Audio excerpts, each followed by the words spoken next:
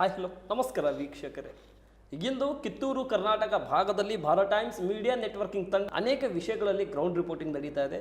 ಇಂದು ನಾವು ಭೇಟಿ ಕೊಟ್ಟಿರ್ತಕ್ಕಂಥ ಕ್ಷೇತ್ರ ಕಿತ್ತೂರು ಕರ್ನಾಟಕ ಭಾಗದ ಧಾರವಾಡ ಜಿಲ್ಲೆಯ ಹುಬ್ಬಳ್ಳಿ ಧಾರವಾಡ ಮಹಾನಗರ ಪಾಲಿಕೆ ವ್ಯಾಪ್ತಿಯಲ್ಲಿ ಬರುವಂಥ ಕರ್ನಾಟಕ ರಾಜ್ಯದಲ್ಲಿ ಮತ್ತು ದಕ್ಷಿಣ ಭಾರತದಲ್ಲಿ ಕೂಡ ಗುರುತಿಸ್ಕೊಂಡಿರ್ತಕ್ಕಂಥ ವೈದ್ಯಕೀಯ ಶಿಕ್ಷಣ ಸಂಸ್ಥೆ ಮತ್ತು ವೈದ್ಯಕೀಯ ಸಂಸ್ಥೆ ವಿಷಯಗಳ ಬಗ್ಗೆ ಭಾರತ್ ಟೈಮ್ಸ್ ಮೀಡಿಯಾ ನೆಟ್ವರ್ಕಿಂಗ್ ತಂಡ ಅನೇಕ ವಿಷಯದಲ್ಲಿ ಗ್ರೌಂಡ್ ರಿಪೋರ್ಟಿಂಗ್ ಸಂದರ್ಭದಲ್ಲಿ ಹುಬ್ಬಳ್ಳಿ ಶಹರ ವ್ಯಾಪ್ತಿ ಮತ್ತು ಮಹಾನಗರ ಪಾಲಿಕೆ ವ್ಯಾಪ್ತಿಯಲ್ಲಿ ಬಂದಿರತಕ್ಕಂಥ KMC ವಿಷಯಗಳ ಬಗ್ಗೆ ಇಂದು KMC ವ್ಯಾಪ್ತಿಯಲ್ಲಿ ನಾವು ಭೇಟಿ ಮಾಡಿದ್ದೀವಿ. ಇಂದು ನಮ್ಮ ಜೊತೆ KMCಯ ನಿರ್ದೇಶಕರಾಗಿ ಮತ್ತು ಈ KMCಯಲ್ಲಿ ಒಂದು ಡಾಕ್ಟರ್ ಆಗಿ ಮತ್ತು ಇಲ್ಲಿ ಬರುವಂಥ ಹೊರ ರೋಗಿಗಳು ಮತ್ತು ಒಳ ರೋಗಿಗಳು ಮತ್ತು ಹೊರ ಜಿಲ್ಲೆಯಿಂದ ಅಂತರ ರಾಜ್ಯದಿಂದ ಬರುವಂಥ ವೈದ್ಯಕೀಯ ವಿಷಯಗಳ ಬಗ್ಗೆ ಮತ್ತು ಇಲ್ಲಿಯ ಶಿಕ್ಷಣ ವಿಷಯಗಳ ಬಗ್ಗೆ ಪ್ರತಿಯೊಂದರ ಬಗ್ಗೆ ಆಲೋಚನೆ ಇಟ್ಟುಕೊಂಡು ಇಲ್ಲಿಯ ಮೂಲದಿಂದ ಬಂದಿರತಕ್ಕಂಥವ್ರ ಜೊತೆ ಇಂದು ಭಾರತ್ ಟೈಮ್ಸ್ ಮೀಡಿಯಾ ನೆಟ್ವರ್ಕಿಂಗ್ ತಂಡ ನಡೀತಿರೋದ ಗ್ರೌಂಡ್ ರಿಪೋರ್ಟ್ನಲ್ಲಿ ನಮ್ಮ ಜೊತೆ ಹುಬ್ಬಳ್ಳಿ KMCಯ ನಿರ್ದೇಶಕರಾಗಿರ್ತಕ್ಕಂಥ ಈಶ್ವರ್ ಆರ್ ಹೊಸಮನಿ ಅವರು ಮತ್ತು ಈ KMCಯ ನಿರ್ದೇಶಕರು ನಮ್ಮ ಜೊತೆ ಇದ್ದಾರೆ. ಬನ್ನಿ ವೀಕ್ಷಕರೇ, ಅವ್ರ ಜೊತೆ ಮಾತನಾಡೋಣ. ಈ ಶಾರ್ಟ್ ಜರ್ನಿಯ ಈ ಶಾರ್ಟಿನ ಸಂದರ್ಶನದಲ್ಲಿ ಒಂದು ಅವ್ರ ಲೈಫ್ ಸ್ಟೈಲು ಮತ್ತು ಈ ಹುಬ್ಬಳ್ಳಿ KMCಗೆ ಬಂದಾಗಿಂದ ಅವರು ಏನು ಅಚೀವ್ಮೆಂಟ್ ಮಾಡಬೇಕಂತ ಅಂದ್ಕೊಂಡ್ರು, ಇವರ ನೇಮ್ ಪ್ಲೇಟ್ನಲ್ಲಿ ಹೆಸರು ಇರುವವರಿಗೆ ನೆಕ್ಸ್ಟ್ ಚಾರ್ಜ್ ಬೇರೆಯವ್ರ ಕಡೆ ಬರೋದಕ್ಕಿಂತ ಪೂರ್ವಕವಾಗಿ ಇವರ ಹೆಸರು ಒಂದು ಸುವರ್ಣ ಅಕ್ಷರದಲ್ಲಿ ಬರೆಯುವಂಥ ರೂಪದಲ್ಲಿ ಯಾವ ರೀತಿ ಅಚ್ಚುಕಟ್ಟಾಗಿ ಕೆಲಸ ಮಾಡಬೇಕಂತ ಅಂದ್ಕೊಂಡಿದ್ದಾರೆ. ಬನ್ನಿ ವೀಕ್ಷಕರೇ, ನಮ್ಮ ಜೊತೆ ಹೊಸಮನಿ ಇದ್ದಾರೆ, ಅವ್ರ ಜೊತೆ ಮಾತನಾಡೋಣ. ಈ ಸಂದರ್ಶನ ಜರ್ನಿಯನ್ನು ಪ್ರಾರಂಭ ಮಾಡಿಕೊಳ್ಳೋಣ. ನಮಸ್ಕಾರ ಹೊಸಮನಿ ಅವರೇ. ನಮಸ್ಕಾರ. ಚೆನ್ನಾಗಿದ್ದೀರಾ ಸರ್? ಚೆನ್ನಾಗಿದೆ ಸರ್. ಮೊದಲನೇದಾಗಿ ಡಾಕ್ಟ್ರಿಗೆ ಆರೋಗ್ಯ ಕೇಳಬಾರ್ದು ಅಂತಾರೆ ಕೆಲವೊಂದು ಜನ, ಆದರೂ ನಾನು ಕೇಳಿಬಿಡ್ತೇನೆ. ಯಾಕಂದ್ರೆ ನೀವು ತಾವು ಕೂಡ ಮನುಷ್ಯರೇ ಸರ್, ನಿಮ್ಮ ಬಗ್ಗೆ ಆರೋಗ್ಯ ಬಗ್ಗೆ ನಾವು ಕೇಳಬೇಕು. ಆರೋಗ್ಯ ಸರ್? ಆರೋಗ್ಯ ಬಗ್ಗೆ ಯಾವುದೇ ಸಮಸ್ಯೆಗಳಿಲ್ಲ. ಹೌದಾ? ಏಜ್ ರಿಲೇಟೆಡ್ ಇದ್ದೇ ಇರ್ತವೆ ಎಲ್ಲ ಯಾರಿಗಾದರೂ, ಬಟ್ ಯಾವುದೇ ಹೇಳ್ಕೊಳ್ಳೋಂಥ ಯಾವುದೇ ಆರೋಗ್ಯ ಸಮಸ್ಯೆಗಳಿಲ್ಲ. ನನ್ನ ಮೊದಲನೇ ಪ್ರಶ್ನೆ ಬಂದುಬಿಟ್ಟು ನಿಮ್ಮ ಜೀವನದ ಬಗ್ಗೆ. ಎಲ್ಲಿಂದ ಪ್ರಾರಂಭ ಆಯಿತು ಹುಬ್ಬಳ್ಳಿ KMC ಇಲ್ಲಿ ಬರಲಿಕ್ಕೆ ತಾವು ಎಷ್ಟು ಶ್ರಮ ಪಟ್ರಿ, ಮತ್ತು ಈ ಹುಬ್ಬಳ್ಳಿ KMCಯ ನಿರ್ದೇಶಕರಾಗಲಿಕ್ಕೆ ತಾವು ಕೆಲವೊಂದು ಜನ ಮಾತನಾಡ್ತಿದ್ರು ಸಹಜ ಹಾಗೆ ಹೀಗೆ ಅಂಥೇಳಿ, ನಿಮ್ಮ ವೃತ್ತಿ ಧರ್ಮದಿಂದ ನೋಡಿ ನಿಮಗೆ ಈ ನಿರ್ದೇಶನ ಸ್ಥಾನ ಸಿಗ್ತಾ ಅಥವಾ ಬೇರೆಯವರು ಮಾತಾಡುವಂಥ ರೂಪದಲ್ಲಿ ನಿಮ್ಗೆ ಸಿಗ್ತಾ ಸರ್? ಎಲ್ಲಿಂದ ಪ್ರಾರಂಭ ಆಯಿತು ನಿಮ್ಮ ಜೀವನ?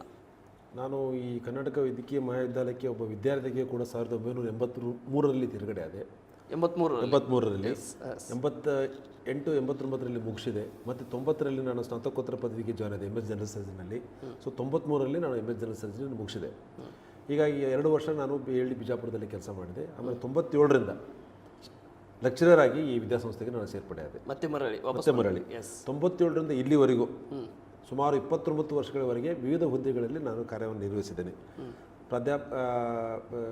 ಲೆಕ್ಚರರ್ ಆಗಿ, ಅಸಿಸ್ಟೆಂಟ್ ಪ್ರೊಫೆಸರ್ ಆಗಿ, ಅಸೋಸಿಯೇಟ್ ಪ್ರೊಫೆಸರ್ ಆಗಿ, ಮತ್ತು 2006ರಲ್ಲಿ ಕೂಡ ನಾನು ಪ್ರೊಫೆಸರ್ ಆಗಿದ್ದೇನೆ. ಆಮೇಲೆ ಶಸ್ತ್ರಕ್ರಿಯೆ ವಿಭಾಗದ ಮುಖ್ಯಸ್ಥನಾಗಿ ನಾನು ಕೆಲಸ ಮಾಡಿದೆ. 1921ರಿಂದ 24ರವರೆಗೆ 4 ವರ್ಷಗಳವರೆಗೆ ನಾನು ಪ್ರಾಂಶುಪಾಲರಾಗಿ ಕರ್ನಾಟಕ ವೈದ್ಯಕೀಯ ವಿದ್ಯಾಸಂಸ್ಥೆಯ ಒಂದು ನೇತೃತ್ವವನ್ನು ವಹಿಸಿದ್ದೆ. ಈಗ ಜುಲೈ 25ರಿಂದ ನಾನು ನಿರ್ದೇಶಕನಾಗಿ ಈ ವಿದ್ಯಾಸಂಸ್ಥೆಗೆ ಕಾಲಿಟ್ಟಿದ್ದೇನೆ. ಸೊ ನನ್ನ 43 ವರ್ಷಗಳ ಒಂದು ಪಯಣ ಅಂತ ನಾನು ಹೇಳ್ಬೋದು. ವಿದ್ಯಾರ್ಥಿಯಿಂದ ಹಿಡ್ಕೊಂಡು ನಿರ್ದೇಶಕರವರೆಗೂ ಕೂಡ ಸುಮಾರು 43 ವರ್ಷಗಳ ಪಯಣವನ್ನು ನಾನು ನಮ್ಮ ಈ ವಿದ್ಯಾಸಂಸ್ಥೆಯಲ್ಲಿ ನಾನು ತೊಗೊಂಡಿದ್ದೀನಿ. ಅದಕ್ಕೆ ನಾನು ದೇವರಿಗೆ ಚಿರುಣಿಯಾಗಿರ್ತೇನೆ. ಯಾಕಂದರೆ ಇಷ್ಟೊಂದು ವರ್ಷಗಳವರೆಗೆ ಅವ್ಯಾಹತವಾಗಿ ಒಂದು ರೋಗಿಗಳ ಸೇವೆಯನ್ನು ಮಾಡಿಕೊಟ್ಟಕ್ಕಂಥ ಅನುಕೂಲ ಮಾಡಿಕೊಟ್ಟಿರ್ತಕ್ಕಂಥ ಎಲ್ಲರಿಗೂ ಕೂಡ ನಾನು ಧನ್ಯವಾದಗಳನ್ನು ಕೂಡ ಈ ಸಂದರ್ಭದಲ್ಲಿ ಹೇಳಲಿಕ್ಕೆ ಇಷ್ಟಪಡ್ತೇನೆ. ಸರಿ ಸರ್, ಶಾರ್ಟ್ ಆಗಿರ್ತಕ್ಕಂಥ ನಿಮ್ಮ ಜರ್ನಿ ತಿಳಿಸಿದ್ರಿ, ಮತ್ತು ಕಲ್ತಿರ್ತಕ್ಕಂಥದ್ದು ಮತ್ತು ಸೇವೆ ಸಲ್ಲಿಸ್ತಾ ಇರೋದು ಈ ವಿದ್ಯಾಸಂಸ್ಥೆ ಬಗ್ಗೆ ನಿಮಗಿರುವಂಥ ಕಾಳಜಿ. ತಾವು ಚಾರ್ಜ್ ತಗೊಂಡಾಗಿಂದ 2025 ಜುಲೈ 3ನೇ ತಾರೀಕಿನಿಂದ ತಾವು ಚಾರ್ಜ್ ತಗೊಂಡು ಹಾಟ್ ಆಫ್ ಸೀಟ್ ಮೇಲೆ ಆ ಬಿಸಿಯಾಗಿರ್ತಕ್ಕಂಥ ಚೇರ್ ಮೇಲೆ ತಾವು ಕೂತ್ರಿ. ಹೆಂಗಿದೆ ಸರ್ ಎಕ್ಸ್ಪೀರಿಯನ್ಸ್ ನಿಮ್ಮದು ಆ ಚೇರ್ ಮೇಲೆ ಕೂತಿರ್ತಾರೆ? ನೀವು ತಿಳಿದಾಗೆ ಯಾವುದೇ ಹುದ್ದೆಗಳು ನಮಗೆ ಜವಾಬ್ದಾರಿಗಳನ್ನು ಕೂಡ ಕೊಡ್ತದೆ. ಯಾವುದೇ ಹುದ್ದೆಗಳು ಕೂಡ ಇದು 2404 ಬೆಡ್ ಸ್ಟ್ರೆಂತ್ ಇರ್ತಕ್ಕಂಥ ಉತ್ತರ ಕರ್ನಾಟಕದ ಅತಿ ದೊಡ್ಡ ಆಸ್ಪತ್ರೆ. ಎಲ್ಲ ವಿಭಾಗಗಳಲ್ಲಿ ಕೂಡ ನಮ್ಮಲ್ಲಿ ಚಿಕಿತ್ಸಾ ಗುಣಮಟ್ಟ ಇದೆ. ಹೀಗಾಗಿ ಒಂದು ಸಂಸ್ಥೆಯ ಒಂದು ಜವಾಬ್ದಾರಿಯುತ ಸ್ಥಾನವಾದ ನಿರ್ದೇಶಕನ ನಾವು ಮಾಡ್ಕೋಬೇಕಾತಂದರೆ ಸಾಕಷ್ಟು ಜವಾಬ್ದಾರಿಗಳಿರ್ತವೆ. ಒಂದು ರೋಗಿಗಳ ಸೇವೆ ಇರ್ಬೋದು, ಇನ್ನೊಂದು ಅಕಾಡೆಮಿಕ್. ಸೊ ಇದು ಮೆಡಿಕಲ್ ಕಾಲೇಜ್ ಇರೋದ್ರಿಂದ ಅಂಡರ್ ಗ್ರಾಜ್ಯುಯೇಟು ಮತ್ತು ಪೋಸ್ಟ್ ಗ್ರಾಜ್ಯುಯೇಟು ಮತ್ತು ಸೂಪರ್ ಸ್ಪೆಷಾಲಿಟಿ ಎಲ್ಲ ಕೋರ್ಸ್ಗಳು ಕೂಡ ಇದೆ. ಮತ್ತು ನರ್ಸಿಂಗು ಇದರಲ್ಲೇ ಬರ್ತದೆ. ಜನರಲ್ ನರ್ಸಿಂಗ್ ಬರ್ತದೆ, BSc ನರ್ಸಿಂಗ್ ಬರ್ತದೆ, MSc ನರ್ಸಿಂಗ್ ಬರ್ತದೆ, ಪೋಸ್ಟ್ BSc ನರ್ಸಿಂಗ್ ಬರ್ತದೆ. ಅದೊಂದು ಡಿಪಾರ್ಟ್ಮೆಂಟ್ ಬೇರೆ, ಪ್ಯಾರಾಮೆಡಿಕಲ್ ಡಿಪಾರ್ಟ್ಮೆಂಟ್ ಬೇರೆ, ಅಲೈಡ್ ಹೆಲ್ತ್ ಸೈನ್ಸಸ್ ಡಿಪಾರ್ಟ್ಮೆಂಟ್ ಬೇರೆ. ಸೊ ಹೀಗಾಗಿ ಶೈಕ್ಷಣಿಕ ದೃಷ್ಟಿಯಿಂದ ಕೂಡ ಈ ವಿದ್ಯಾಸಂಸ್ಥೆಯಲ್ಲಿ ಸಾಕಷ್ಟು ಸವಾಲುಗಳಿದ್ದಾವೆ. ನಿರ್ದೇಶಕನಾಗಿ ನಾನು ಈ ಜವಾಬ್ದಾರಿ ತೆಗೆದುಕೊಂಡಾಗ ಉಳಿದವರಾಗಿ ನನಗೂ ಕೂಡ ಸಾಕಷ್ಟು ಸವಾಲುಗಳಿದ್ದು, ಒಂದು ರೋಗಿಗಳ ಚಿಕಿತ್ಸಾ ಗುಣಮಟ್ಟವನ್ನು ನಾವು ಮೊದಲು ಹೆಚ್ಚು ಮಾಡಬೇಕಾಗಿತ್ತು ಮತ್ತು ಸ್ಟ್ರೀಮ್ಲೈನ್ಡ್ ವರ್ಕನ್ನು ಏನಿದೆ ನೋಡಿ, ವರ್ಕನ್ನು ನಾವು ಸ್ಟ್ರೀಮ್ಲೈನಾಗಿ ಮಾಡೋಕ್ಕಂಥ ಜವಾಬ್ದಾರಿ ನನ್ನ ಮೇಲೆ ಇತ್ತು. ಹೀಗಾಗಿ ಈ ಕಳೆದ 5-6 ತಿಂಗಳುಗಳಿಂದ ಸಾಕಷ್ಟು ನಮ್ಮ ಸಹೋದ್ಯೋಗಿಗಳ ಸಹಕಾರದೊಂದಿಗೆ ಎಲ್ಲ ವಿಭಾಗದ ಮುಖ್ಯಸ್ಥರೊಂದಿಗೆ ನಾವು ಈ ಎಲ್ಲ ವಿಭಾಗಗಳಲ್ಲಿ ಕೂಡ ಒಂದು ಸ್ಟ್ರೀಮ್ಲೈನನ್ನು ತರಲಿಕ್ಕೆ ನಾವು ಹಗಲಿರುಳು ಪ್ರಯತ್ನ ಮಾಡ್ತಾಯಿದ್ದೀವಿ. ಯಾಕಂದರೆ ಇದು ಉತ್ತರ ಕರ್ನಾಟಕದ ಸಂಜೀವಿನಿ. ಸುಮಾರು 1800 ರೋಗಿಗಳು ಪ್ರತಿನಿತ್ಯ ನಮ್ಮ ಆಸ್ಪತ್ರೆಗೆ ಬರ್ತದೆ. ಹೀಗಾಗಿ 6 ಜಿಲ್ಲೆಗಳ ಕಡೆಯಿಂದ, ಕೇವಲ ಇದು ಹುಬ್ಬಳ್ಳಿ ಧಾರವಾಡಕ್ಕೆ ಸೀಮಿತವಾಗಿರ್ತಕ್ಕಂಥದ್ದಲ್ಲ, ಗದಗ, ಹಾವೇರಿ, ಕೊಪ್ಪಳ, ಬೆಳಗಾವಿ, ಕಾರವಾರ ಇಲ್ಲಿವರೆಗೂ ಕೂಡ ನಮ್ಮಲ್ಲಿ ರೋಗಿಗಳು ಬರ್ತವೆ. ಕೆಲವೊಂದು ವಿಭಾಗಗಳಲ್ಲಿ ಈ ಎಲ್ಲ ಜಿಲ್ಲೆಗಳಲ್ಲಿ ಕೂಡ ಸೌಲಭ್ಯಗಳಿಲ್ಲ. ವಿಶೇಷವಾಗಿ ಕ್ಯಾನ್ಸರ್ ಸಂಬಂಧಪಟ್ಟಿದ್ದಾಗಲಿ, ಹೃದಯ ರೋಗಿ ಸಂಬಂಧಪಟ್ಟದ್ದಾಗಲಿ, ಚಿಕ್ಕ ಮಕ್ಕಳ ಶಸ್ತ್ರಕ್ರಿಯೆ ವಿಭಾಗಕ್ಕೆ ಸಂಬಂಧಪಟ್ಟಿದ್ದಾಗಲಿ ಎಲ್ಲ ಸೌಲಭ್ಯಗಳು ಕೂಡ ಎಲ್ಲ ವಿಭಾಗಗಳಲ್ಲಿ ಕೂಡ ಅತ್ಯುತ್ತಮ ಗುಣಮಟ್ಟದ ಸೇವೆಯನ್ನು ನಮ್ಮ ವಿದ್ಯಾಸಂಸ್ಥೆ ನೀಡ್ತಾ ಇದೆ. ಹೀಗಾಗಿ ಎಲ್ಲ ರೋಗಿಗಳು ಕೂಡ ರೆಫರ್ ಆಗಿ ಇಲ್ಲಿಗೆ ಬರ್ತವೆ.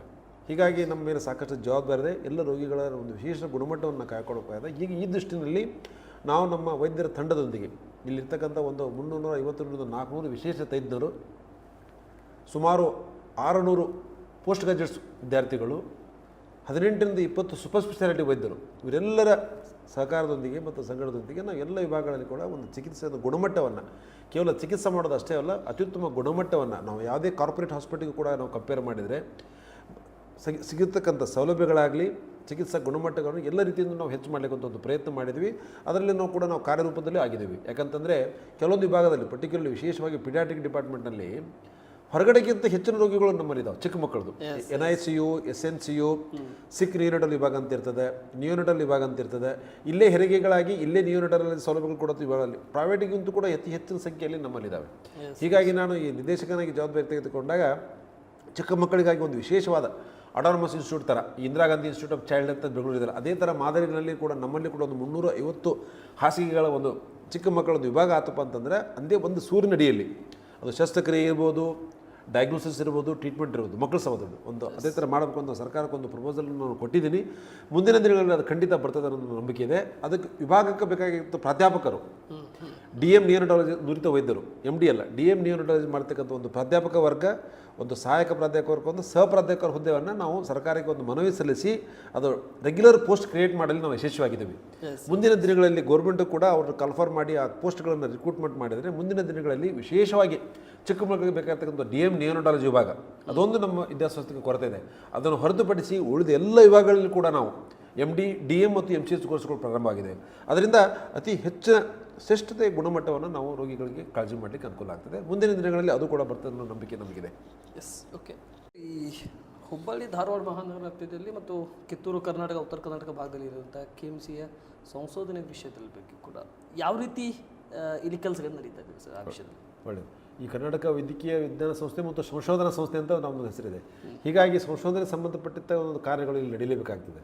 ಅದಕ್ಕೆ ಸಂಬಂಧಪಟ್ಟ ಹಾಗೆ ಒಂದು ಮೆಡಿಕಲ್ ರಿಸರ್ಚ್ ಯೂನಿಟ್ ಅಂತ ಸೆಂಟ್ರಲ್ ಗೌರ್ಮೆಂಟ್ಲಿಂದ ಸ್ಪಾನ್ಸರ್ ಆಗಿರ್ತಕ್ಕಂಥ ಒಂದು ಮೆಡಿಕಲ್ ರಿಸರ್ಚ್ ಯೂನಿಟ್ ಅಂತ ಒಂದು ವಿಂಗ್ ಇದೆ. ಅದರಲ್ಲಿ ಒಬ್ಬರು ನೋಡಲ್ ಆಫೀಸರ್ಸ್ ಇರ್ತಾರೆ, MD ಇರೋರು, ಫಿಸಿಷಿಯನ್ಸು, ಅವ್ರ ಜೊತೆ ಇಬ್ಬರು ಸೈಂಟಿಸ್ಟ್ ವಿಜ್ಞಾನಿಗಳು. ಅದಕ್ಕೆ ಸಂಬಂಧಪಟ್ಟಂಥ ಒಂದು ಉಳಿದ ಆಡಳಿತ ಸಿಬ್ಬಂದಿಯಾಗಿ ಒಂದು ರಿಸರ್ಚ್ ಯೂನಿಟ್ ಅಂತ ಒಂದು ಸಪ್ರೇಟ್ ವಿಂಗ್ ಇದೆ. ಅದು ಕೇಂದ್ರದಿಂದ ನಡೀತಕ್ಕಂಥ ಅನುದಾನದಲ್ಲಿ ನಡೀತಕ್ಕಂಥ ಒಂದು ರಿಸರ್ಚ್ ಸಂಶೋಧನಾ ಸಂಸ್ಥೆ. ಅದಕ್ಕೆ ಯಾವುದೇ ಟೀಚರ್ಸ್ಗಳು ಕೂಡ ತಮ್ಮ ಪದೋನ್ನತಿ ಹೊಂದಬೇಕಂತಂದ್ರೂ ಕೂಡ ರಿಸರ್ಚ್ ಆ್ಯಕ್ಟಿವಿಟಿ ತೋರಿಸ್ಬೇಕು. ಅಂದಾಗಲೇ ಕೂಡ ಅಸಿಸ್ಟೆಂಟ್ಲಿಂದ ಅಸೋಸಿಯೇಟಿಂದ ಪ್ರೊಫೆಸರ್ ಪೋಸ್ಟಿಗೂ ಕೂಡ ನಾವು ಸಂಶೋಧನಾ ಲಿಟ್ರೇಚರ್ಸ್ ಗ್ರಂಥಗಳು ಬೇಕಾಗ್ತದೆ. ಹೀಗಾಗಿ ಅವರು ICMR ಇದರಲ್ಲಿ ಪ್ರೊಜೆಕ್ಟಲ್ಲಿ ಎನ್ರೋಲ್ ಮಾಡಿಕೊಂಡು ತಮ್ಮ ಸಂಶೋಧನೆಯನ್ನು ಮಾಡಿಕೊಂಡು ಅದನ್ನು ಅವಾರ್ಡ್ ತಗೊಳ್ತಾರೆ. ಅದನ್ನು ಹೊರತುಪಡಿಸಿ ನಮ್ಮ ಸಂಶೋಧನಾ ಸಂಸ್ಥೆ ಇನ್ನಿತರ ಸಂಸ್ಥೆಗಳೊಂದಿಗೂ ಕೂಡ IIT ಇರ್ಬೋದು, IIM ಇರ್ಬೋದು, ಅವ್ರ ಜೊತೆ ಮತ್ತು ಕರ್ನಾಟಕ ಯೂನಿವರ್ಸಿಟಿ ಧಾರವಾಡ ಇರ್ಬೋದು, ಕ್ರಿಮಿನಾಲಜಿ ಡಿಪಾರ್ಟ್ಮೆಂಟ್ ಇರೋದು, ಅವರೊಂದಿಗೆ ನಾವು ಸಂಶೋಧನೆ ಜೊತೆ ಒಡಂಬಡಿಕೆಗಳು ಕೂಡ ಮಾಡ್ಕೊಂಡಿರ್ತೀವಿ. ಅಲ್ಲಿ ವಿದ್ಯಾರ್ಥಿಗಳು ಯಾವುದೇ ಸಂಶೋಧನೆಗಳನ್ನು ಕೂಡ ಇಲ್ಲಿ ಎನ್ರೋಲ್ ಮಾಡಿಕೊಂಡು ಸಂಶೋಧನೆಯನ್ನು ಕಾರ್ಯವನ್ನು ಮಾಡ್ಕೊಬೋದು. ಅದಕ್ಕೆ ಬೇಕಾದಂಥ ಎಥಿಕಲ್ ಕಮಿಟಿ ಅಪ್ರೂವಲ್ ಅಂತ ಏನಿದೆ ನೋಡಿ, ಅದನ್ನು ಎಥಿಕಲ್ ಕಮಿಟಿ ಅಪ್ರೂವಲ್ ನಮ್ಮಲ್ಲಿ ಆಗ್ತಾಯಿದೆ. ಈಗ ನಮ್ಮ ಸ್ನಾತಕೋತ್ತರ ವಿದ್ಯಾರ್ಥಿಗಳು ಬೇಕಾಗ್ತಕ್ಕಂಥ ಡಿಸರ್ಟೇಷನ್ ವರ್ಕ್ ಅಂತ ಏನಿದೆ ನೋಡಿ, ಅದನ್ನು ಕೂಡ ಒಂದು ಸಂಶೋಧನೆ ಒಂದು ಅಂಗವದೆ. ಅವರು ಕೂಡ ಈ ಸಂಸ್ಥೆಯ ಮುಖಾಂತರ ಎನ್ರೋಲ್ ಮಾಡಿ ಎಥಿಕಲ್ ಕಮಿಟಿ ಅಪ್ರೂವಲ್ ತೆಗೆದುಕೊಂಡು ಅವ್ರು ತಮ್ಮ ಡಿಗ್ರಿಗಳನ್ನು ಮಾಡಬೇಕಾಗ್ತದೆ. ಇದರ ಅಂಗವಾಗಿ ನಮ್ಮ ಸಂಶೋಧನಾ ಸಂಸ್ಥೆ ಸುಮಾರು ವರ್ಷಗಳಿಂದ ಇಲ್ಲಿ ನಡೀತಾ ಇದೆ. ಅದನ್ನು ಎಷ್ಟೊಂದು ಪ್ರಗತಿಗಳನ್ನು ನಾವು ಸಾಧಿಸಿದ್ದೀವಿ ಅಂತಂದರೆ, ರಿಸರ್ಚ್ ಗ್ರಂಥಗಳು ಸುಮಾರು 32ಗಳು ಕೂಡ ಪಬ್ಲಿಷ್ ಆಗಿದ್ದಾವೆ. 32 ಗ್ರಂಥಗಳು ಕೂಡ ಅವಾರ್ಡ್ ಆಗಿದ್ದಾವೆ. ಇತ್ತೀಚೆಗೆ ನಿನ್ನೆ ಬಂದ ವರದಿ ಪ್ರಕಾರ ಭಾರತ ದೇಶದಲ್ಲಿ ಕೂಡ ಅದಕ್ಕೆ ತಲುಪಬೇಕಾದಂಥ ಒಂದು ಅವಾರ್ಡ್ ಅಂತ ಇರುತ್ತೆ, ಎಕ್ಸಲೆನ್ಸಿ ಅವಾರ್ಡ್ ಅಂತ ಏನು ಹೇಳ್ತೀವಿ ನೋಡಿ, ಅದಕ್ಕೆ ನಾವು ಕರ್ನಾಟಕ ವೈದ್ಯಕೀಯ ವಿದ್ಯಾರ್ಥಿ ಸಂಸ್ಥೆ ಎಕ್ಸಲೆನ್ಸ್ನಲ್ಲಿ ಫಸ್ಟ್ ಅವಾರ್ಡ್ ತೊಗೊಂಡಿದೆ. We have scored 10 out of 10. ಅದಕ್ಕೋಸ್ಕರ ಇವಾಗ ನಾಳೆ ಸ್ವರಾಜ್ ಭವನದಲ್ಲಿ ನಡೀತಕ್ಕಂಥ ಕಾರ್ಯಕ್ರಮಕ್ಕೆ ನಿರ್ದೇಶಕರನ್ನು ಮತ್ತು ನೋಡಲ್ ಆಫೀಸರ್ಗಳನ್ನು ಅವಾರ್ಡ್ ತೆಗೆದುಕೊಳ್ಳಿಕ್ಕೆ ಒಂದು ವಿಶೇಷ ಆಹ್ವಾನವನ್ನು ಕೊಟ್ಟಿದ್ದಾರೆ. ಸೊ ಇದು ಒಂದು ತುಂಬ ಒಂದು ಹೆಮ್ಮೆಯ ಸಂಗತಿ. ಯಾಕಂದರೆ ಕರ್ನಾಟಕದಲ್ಲಿ ಸುಮಾರು 22 ಸರ್ಕಾರಿ ವೈದ್ಯ ಕಾಲೇಜ್ ಇದ್ದಾವೆ, ಸುಮಾರು 40 ಹೊರಡಿಸಿಬಿಟ್ಟು ಸುಮಾರು 75 private medical college, totally around 75 to 80 ವೈದ್ಯಕೀಯ ಸಂಘಗಳಲ್ಲಿ ಕರ್ನಾಟಕ ವೈದ್ಯಕೀಯ ಮಹಾವಿದ್ಯಾಲಯ ಸಂಶೋಧನೆಯಲ್ಲಿ ಒಂದು ಪ್ರಥಮ ಹೆಜ್ಜೆ ಅಂತ ಹೇಳ್ಬೋದು, ಒಂದು ಮೈಲಿಗಲ್ಲಿ ಸಾಧನೆ ಅಂತೂ ಕೂಡ ಹೇಳ್ಬೋದು. ಯಾಕಂತಂದರೆ ಇಡೀ ಭಾರತ ದೇಶದಲ್ಲಿ ಒಂದು ಅತ್ಯುತ್ತಮ ಸಂಶೋಧನಾ ಸಂಸ್ಥೆ ಅಂತ ಒಂದು ಹೆಸರನ್ನು ನಾವು ಪಡ್ಕೊಂಡಿದ್ದೀವಿ. ಇದಕ್ಕೋಸ್ಕರವಾಗಿ ನಾವು ನಿರ್ದೇಶಕರೊಂದು ಮತ್ತು ನಮ್ಮ ಆಡಳಿತ ಸಿಬ್ಬಂದಿ ಜೊತೆ ನಾನು ನಾಳೆ ಡೆಲ್ಲಿಗೆ ಹೋಗಿ ಅದರ ಅವಾರ್ಡ್ಗಳನ್ನು ತೆಗೆದುಕೊಳ್ತೀವಿ. ಮುಂದಿನ ದಿನಗಳಲ್ಲಿ ಅದಕ್ಕೆ ಬೇಕಾಗಿರ್ತಕ್ಕಂಥ ಇನ್ನೂ ಹೆಚ್ಚಿನ ನಿಮಗೆ ಮಾಹಿತಿಯನ್ನು ಏನಾದರೂ ನಾನು ನಿಮಗೆ ಕೊಡ್ತೇನೆ. ಈ ಸಂಸ್ಥೆಯಲ್ಲಿ ರೋಗಿಗಳಿಗೆ ಮತ್ತು ರೋಗಿಗಳ ಜೊತೆ ಬಂದಿರತಕ್ಕಂಥವರಿಗೆ, ರೋಗಿಗಳಿಗೆ ತಾವು ಆಹಾರದ ಪ್ರತಿಯೊಂದು ಜಾಗೃತಿಯಿಂದ ನೀಡ್ತೀರಿ ಮತ್ತು ಅವರಿಗೆ ಏನು ವ್ಯವಸ್ಥೆಗಳೇನಿದ್ದಾವೆ ಸರ್ ರೋಗಿಗಳ ಬಂದಂಥ ಜೊತೆಯಲ್ಲಿ ಬಂದಂಥವರಿಗೆ? ರೋಗಿಗಳಿಗೆ ಸಂಬಂಧಿಕರಿಗೆ ಒಂದು ಸೌಲಭ್ಯಗಳನ್ನು ಕೊಡೋದೇ ಒಂದು ಚಾಲೆಂಜ್ ಅಂತ ನಾನು ಹೇಳ್ತೀನಿ ಇಲ್ಲಿ. ಯಾಕಂತಂದರೆ ಒಬ್ಬ ರೋಗಿ ಇರ್ತಾರೆ, ಅವ್ರ ಜೊತೆ 5 ರಿಂದ 6 ಜನ ಸಂಬಂಧಿಕರು ಇರ್ತಾರೆ. ಒಂದು ಅದು ಹೆರಿಗೆ ವಿಭಾಗ ಇತ್ತಪ್ಪ ಅಂತಂತಂದರೆ ಅದು ಡೆಲಿವರಿ, ಅದು ನಾರ್ಮಲ್ ಫಿಸಿಯಾಲಜಿ, ಅದು ಜಡ್ ಅಂತ ಕನ್ಸಿಡರ್ ಮಾಡೋಂಗಿಲ್ಲ. ಖುಷಿಯಿಂದ 10 ಜನ ಬಂದಿರ್ತಾರೆ. ಹೀಗಾಗಿ ಆ ರೋಗಿಗಳ ಸಂಬಂಧಿಕರುಗಳಿಗೆ ಒಂದು ಸೌಲಭ್ಯಗಳನ್ನು ಕೊಡಲಿಕ್ಕೆ ನಾವು ಭಾಳ ದಿವಸದ ಪ್ರಯತ್ನ ಮಾಡ್ತಾ ಇದ್ದೀವಿ. ಎಷ್ಟೋ ಸಾರಿ ಅವರು ಆಸ್ಪತ್ರೆಯಲ್ಲಿ ಒಳಗಡೆನೇ ಇರ್ತಾರೆ ರೋಗಿಗಳ ಜೊತೆಗೆ. ಕೆಲವೊಂದು ಟೈಮ್ನಲ್ಲಿ ವೈದ್ಯರು ಪರೀಕ್ಷೆ ಮಾಡೋ ಅವಧಿಯಲ್ಲಿ ನಾವು ಅವ್ರನ್ನ ಯಾವತ್ತೂ ಒಳಗೆ ಬಿಡೋಂಗಿಲ್ಲ. ಒಂದ್ಸಲ ವೈದ್ಯರು ಅಥವಾ ಕ್ಲಾಸ್ ಬೆಡ್ ಸೈಡ್ ಕ್ಲಿನಿಕ್ಸ್ ಮುಗಿದ ಮೇಲೆ ಅಥವಾ ಬೆಳಗ್ಗೆ ಡಾಕ್ಟರ್ಸ್ಗಳ ರೌಂಡ್ಸ್ಗಳೆಲ್ಲ ಮುಗಿದ ಮೇಲೆ 1 ರಿಂದ 2ವರೆಗೆ ನಾವು ಯಾವುದೇ ರೆಸ್ಟ್ರಿಕ್ಷನ್ಸ್ ಹಾಕೋದಿಲ್ಲ. ಯಾಕಂದರೆ ರೋಗಿಗಳ ಸಂಬಂಧಿಕರು ಒಳಗಡೆ ಬೆಟ್ಟ ಬರ್ತಾರೆ, ಮತ್ತು 2:30 ಆದಮೇಲೆ ಅವ್ರು ಸ್ವಲ್ಪ ಹೊರಗಡೆ ಕಳಿಸ್ತಾರೆ, ಮತ್ತು 5 ಗಂಟೆ ಆದ ನಂತರ ಮತ್ತೆ ಅವ್ರ ಪೇಷಂಟ್ ಪಕ್ಕದಲ್ಲಿ ಹೋಗ್ತಾರೆ. ಇದು ಅವರಿಗೆ ಆಸ್ಪತ್ರೆ ಒಳಗಡೆ ಇರತಕ್ಕಂಥ ಒಂದು ಪರವಾನಗಿ. ಅದನ್ನು ಹೊರತುಪಡಿಸಿ ನಾವು ಕೆಲವೊಂದು ಅವ್ರು ಕೂತ್ಕೊಳ್ಳಿಕ್ಕೆ ತಂಗುದಾಣಗಳನ್ನು ಕೂಡ ಮಾಡಿದ್ದೀವಿ. ಅದು ಹೆರಿಗೆ ವಿಭಾಗದ ಎದುರುಗಡೆ ಮಾಡಿದ್ದೀವಿ, ಮತ್ತು CBT ಕಡೆ ಒಂದು ತಂಗುದಾಣಗಳನ್ನು ಮಾಡಿದ್ದೀವಿ. ಮತ್ತು ಅದರೊಂದು ಇನ್ಫೋಸಿಸ್ ಬೋರ್ಡವರು ಕೂಡ ಒಂದು ನಮಗೆ ತಂಗುದಾಣವನ್ನು ಮಾಡಿಕೊಟ್ಟಿದ್ದಾರೆ. ಸುಮಾರು ಒಂದು 10 ವರ್ಷಗಳ ಹಿಂದುಗಡೆ ನಾವು ಸರ್ಕಾರಕ್ಕೆ ಒಂದು ಜಾಗವನ್ನು ಕೊಟ್ಟು ಒಂದು ಲಾಜಿಂಗ್ ಟೈಪ್ ಅತಿ ಕಡಿಮೆ ರೂಪದಲ್ಲಿ ₹5 5 ರಿಂದ ₹10 ರೂಪದಲ್ಲಿ ಅವರಿಗೆ ಅಕೊಮಡೇಷನ್ಸು, ₹20 ರೂಪದಲ್ಲಿ ಅಕೊಮಡೇಷನ್ನು, ₹5 ರೂಪದಲ್ಲಿ ಆಹಾರವನ್ನು ಇನ್ಫೋಸಿಸ್ನು ನಮಗೆ ಕೊಟ್ಟಿದ್ದಾರೆ. ಅದು ನಮ್ಮ ಕ್ಯಾಂಪಸ್ನಲ್ಲೇ ಇದೆ. ನಮ್ಮ ಎಮರ್ಜೆನ್ಸಿ ವಿಭಾಗದಲ್ಲೇ ಒಂದು 200 ಮೀಟರ್ಸ್ನಲ್ಲೇ ಅಂತರದಲ್ಲಿದೆ ಇದು. ಹೀಗಾಗಿ ರೋಗಿಗಳ ಸಂಬಂಧಿಕರು ಕೂಡ ಅದರಲ್ಲಿ ಅವರು ಉಳ್ಕೊಳ್ಬೋದು. ಅವ್ರಿಗೆ ಬೇಕಾಗಿರ್ತಕ್ಕಂಥ ನೀರಿನ ವ್ಯವಸ್ಥೆ ಆಗಲಿ ಮತ್ತು ಈ ಲ್ಯಾಬರೇಟರಿಗಳನ್ನು, ಉಚಿತ ಲ್ಯಾಬರೇಟರಿಗಳನ್ನು ಮಾಡಬೇಕಂತಿತ್ತು. ಹೀಗಾಗಿ ನಮ್ಮಲ್ಲಿ ಕ್ಯಾಂಪಸ್ಸಲ್ಲಿ ಒಂದು 3 ಸೌಲಭ್ಯಗಳನ್ನು ನಾವು ಮಾಡಿಕೊಟ್ಟಿದ್ದೀವಿ. ಅದು NGOsಗಳು ಮಾಡಿದ್ದು. ಹೀಗಾಗಿ ಅದು ರೋಗಿಗಳ ಅಟೆಂಡರ್ಸ್ಗೆ ಉಪಯೋಗ ಆಗಿರ್ತಕ್ಕಂಥ ಒಂದು ಶೌಚಾಲಯಗಳಿದ್ದಾವೆ. ಅದು ಕಡಿಮೆ ದರ ಪಟ್ಟಿನಲ್ಲಿ ಸರ್ಕಾರ ನಿಗದಿಪಡಿಸಿದಲ್ಲಿ NGOದವರು ಯಾರು ಮಾಡಿದರೆ ಅದನ್ನು ಸೌಲಭ್ಯಗಳನ್ನು ನಮ್ಮ ಕ್ಯಾಂಪಸ್ಸಲ್ಲಿ 3 ಮಾಡಿಕೊಟ್ಟಿದ್ವಿ. ಕೆಲವೊಂದು ತಂಗುದಾಣಗಳನ್ನು ಮಾಡಿಕೊಟ್ಟಿವಿ. ಇನ್ನೂ ಮುಂದಿನ ದಿನಗಳಲ್ಲಿ CSR ಫಂಡ್ ನಡಿ ಅವರಿಗೆ ಕೂತ್ಕೊಂಡು ಊಟ ಮಾಡಲಿಕ್ಕೆ ಒಂದು ಛತ್ರ ಥರ ಒಂದು ಮಾಡಬೇಕನ್ನೋ ಒಂದು ಪ್ರಪೋಸಲ್ ಇದೆ. ಮಾನ್ಯ ನಮ್ಮ ಜಿಲ್ಲಾ ಉಸ್ತುವಾರಿ ಸಚಿವ ಸಂತೋಷ್ ಲಾಡ್ ಅವರು ಬಂದಾಗೂ ಕೂಡ ಅದನ್ನು ನಮ್ಮ ಗಮನಕ್ಕೆ ತಂದಿದ್ದೀವಿ ನಾವು. ಅವರು ಕೂಡ ಮಾಡೋಂಥ ಸಲಹೆಗಳನ್ನು ಕೊಟ್ಟಿದ್ದಾರೆ. ಮುಂದಿನ ದಿನಗಳಲ್ಲಿ ಅದೊಂದು ಛತ್ರವನ್ನು ಕೂಡ ಊಟ ಮಾಡಲಿಕ್ಕೆ ಒಂದು ಅನುಕೂಲ ಆಗಿರ್ತಕ್ಕಂಥ ಒಂದು ಮಾಡಬೇಕು. ಯಾಕಂದರೆ ಈಗ ಎಲ್ಲ ವಿಭಾಗಗಳಲ್ಲಿ ಕೂಡ ನಾವು ಡಿಪಾರ್ಟ್ಮೆಂಟ್ ಹೆಚ್ಚಾಗ್ತಾ ಇರೋದು ಜಗದ ಕೊರತೆನೂ ನಮ್ಮಲ್ಲಿ ಸಾಕಷ್ಟು ಕಾಡ್ತದೆ. ಜಗದ ಸಮಸ್ಯೆ ಅದ್ರ ಬಗ್ಗೆ ನಾವು ಚಿಂತನೆ ಮಾಡಿ ಮುಂದಿನ ದಿನಗಳಲ್ಲಿ ರೋಗಿಗಳ ಸಂಬಂಧಿಕರಿಗೆ ಒಂದು ಉತ್ತಮ ಒಂದು ಸೇವೆಯನ್ನು ಕೊಡೋ ದೃಷ್ಟಿನಲ್ಲಿ ಕೂಡ ನಾವು ಪ್ರಯತ್ನ ಮಾಡ್ತೀವಿ. ಈ ಪ್ರಶ್ನೆನ ಯಾಕೆ ಕೇಳಿದೆ ಅಂತ ಹೇಳಿದರೆ, ನಿಮ್ಮ ಹತ್ರ ಬರೋದಕ್ಕಿಂತ ಮುಂಚಿತವಾಗಿ ಒಂದು 4-5 ದಿವಸದಿಂದ ಈ KMC ಹೊರಾಂಗಣದಲ್ಲಿ ಇಲ್ಲಿ ಇದ್ದಿರ್ತಕ್ಕಂಥ ಸಂಬಂಧಿಕರನ್ನು, ಪೇಷಂಟ್ ಪರವಾಗಿ ಬಂದಂಥವರು ಮತ್ತು ಅವ್ರ ಜೊತೆ ಇದ್ದಂಥವ್ರನ್ನ ಪ್ರತಿಯೊಬ್ಬರನ್ನು ಕೂಡ ನಾವು ಗಮನ ಹರಿಸಿದ್ವಿ. ಅವ್ರ ಬಗ್ಗೆ ಕೆಲವೊಂದಿಷ್ಟು ವಿಷಯಗಳನ್ನು ಕೂಡ ನಾವು ತಿಳ್ಕೊಂಡಾಗ ಹೇಳ್ತಾ ಇದ್ರು, KMC ಡೈರೆಕ್ಟರ್ ಆಗಿರ್ತಕ್ಕಂಥ ಕಮ್ಮಾರ್ ಸಾಹೇಬ್ರ ಹಿಂದೆ ನಂತರ ಬಂದಿರತಕ್ಕಂಥ ಹೊಸಮನಿ ಅವ್ರಿಗೇನಿದ್ದಾರೆ, ಅಡ್ಡಿ ಇಲ್ಲ, ಸೂಕ್ತವಾದಂಥ ವ್ಯಕ್ತಿ, ಪ್ರತಿಯೊಬ್ಬರಿಗೂ ತಾವೇ ಒಂದು ಪೇಷಂಟ್ ಪರವಾಗಿ ಇದ್ದಾರೋ ಅಂತ ನಾವು ಅಂದ್ಕೋಬೇಕು. ಆ ರೀತಿಯಿಂದ ಟ್ರೀಟ್ಮೆಂಟಿಗೆ ಸೌಲಭ್ಯಗಳನ್ನು ಕೊಡ್ತಾರೆ, ಆ ರೀತಿ ಅವರು ಬಂದು ಸಲಹೆಗಳನ್ನು ಕೊಡ್ತಾರೆ. ಆದರೆ ಇವರ ಗಮನದಲ್ಲಿ ಇದೊಂದು ಸ್ವಲ್ಪ ಇಟ್ಕೊಂಡ್ರೆ, ಯಾಕಂದರೆ ಈಗ ಒಂದು ಪೇಷಂಟ್ ಜೊತೆ ಒಬ್ಬರಿಗಿರಲಿಕ್ಕೆ ಅವಕಾಶ ಕೊಡ್ತಾರೆ, ಒಪ್ಕೊತೀವಿ. ಅವರು ಬೆಡ್ಡಿನ ಕೆಳಗಡೆ ಮಲಗ್ತಾರೆ, ಅಥವಾ ಅವ್ರ ಜೊತೆ ಇನ್ನಿಬ್ಬರು ಬಂದಿರ್ತಾರೆ, ಅಥವಾ ಬೇರೆ ಜಿಲ್ಲೆಯಿಂದ ಬಂದಿರ್ತಾರೆ, ಬಾಗಲಕೋಟೆ, ಬಿಜಾಪುರ, ಈ ಕಡೆ ಉತ್ತರ ಕನ್ನಡ, ಬೆಳಗಾವಿ ಈ ಭಾಗದಿಂದ ಬಂದಿರ್ತಾರೆ. ಆದರೆ ಅವ್ರು ಎಲ್ಲಿ ಮಲಗಬೇಕು?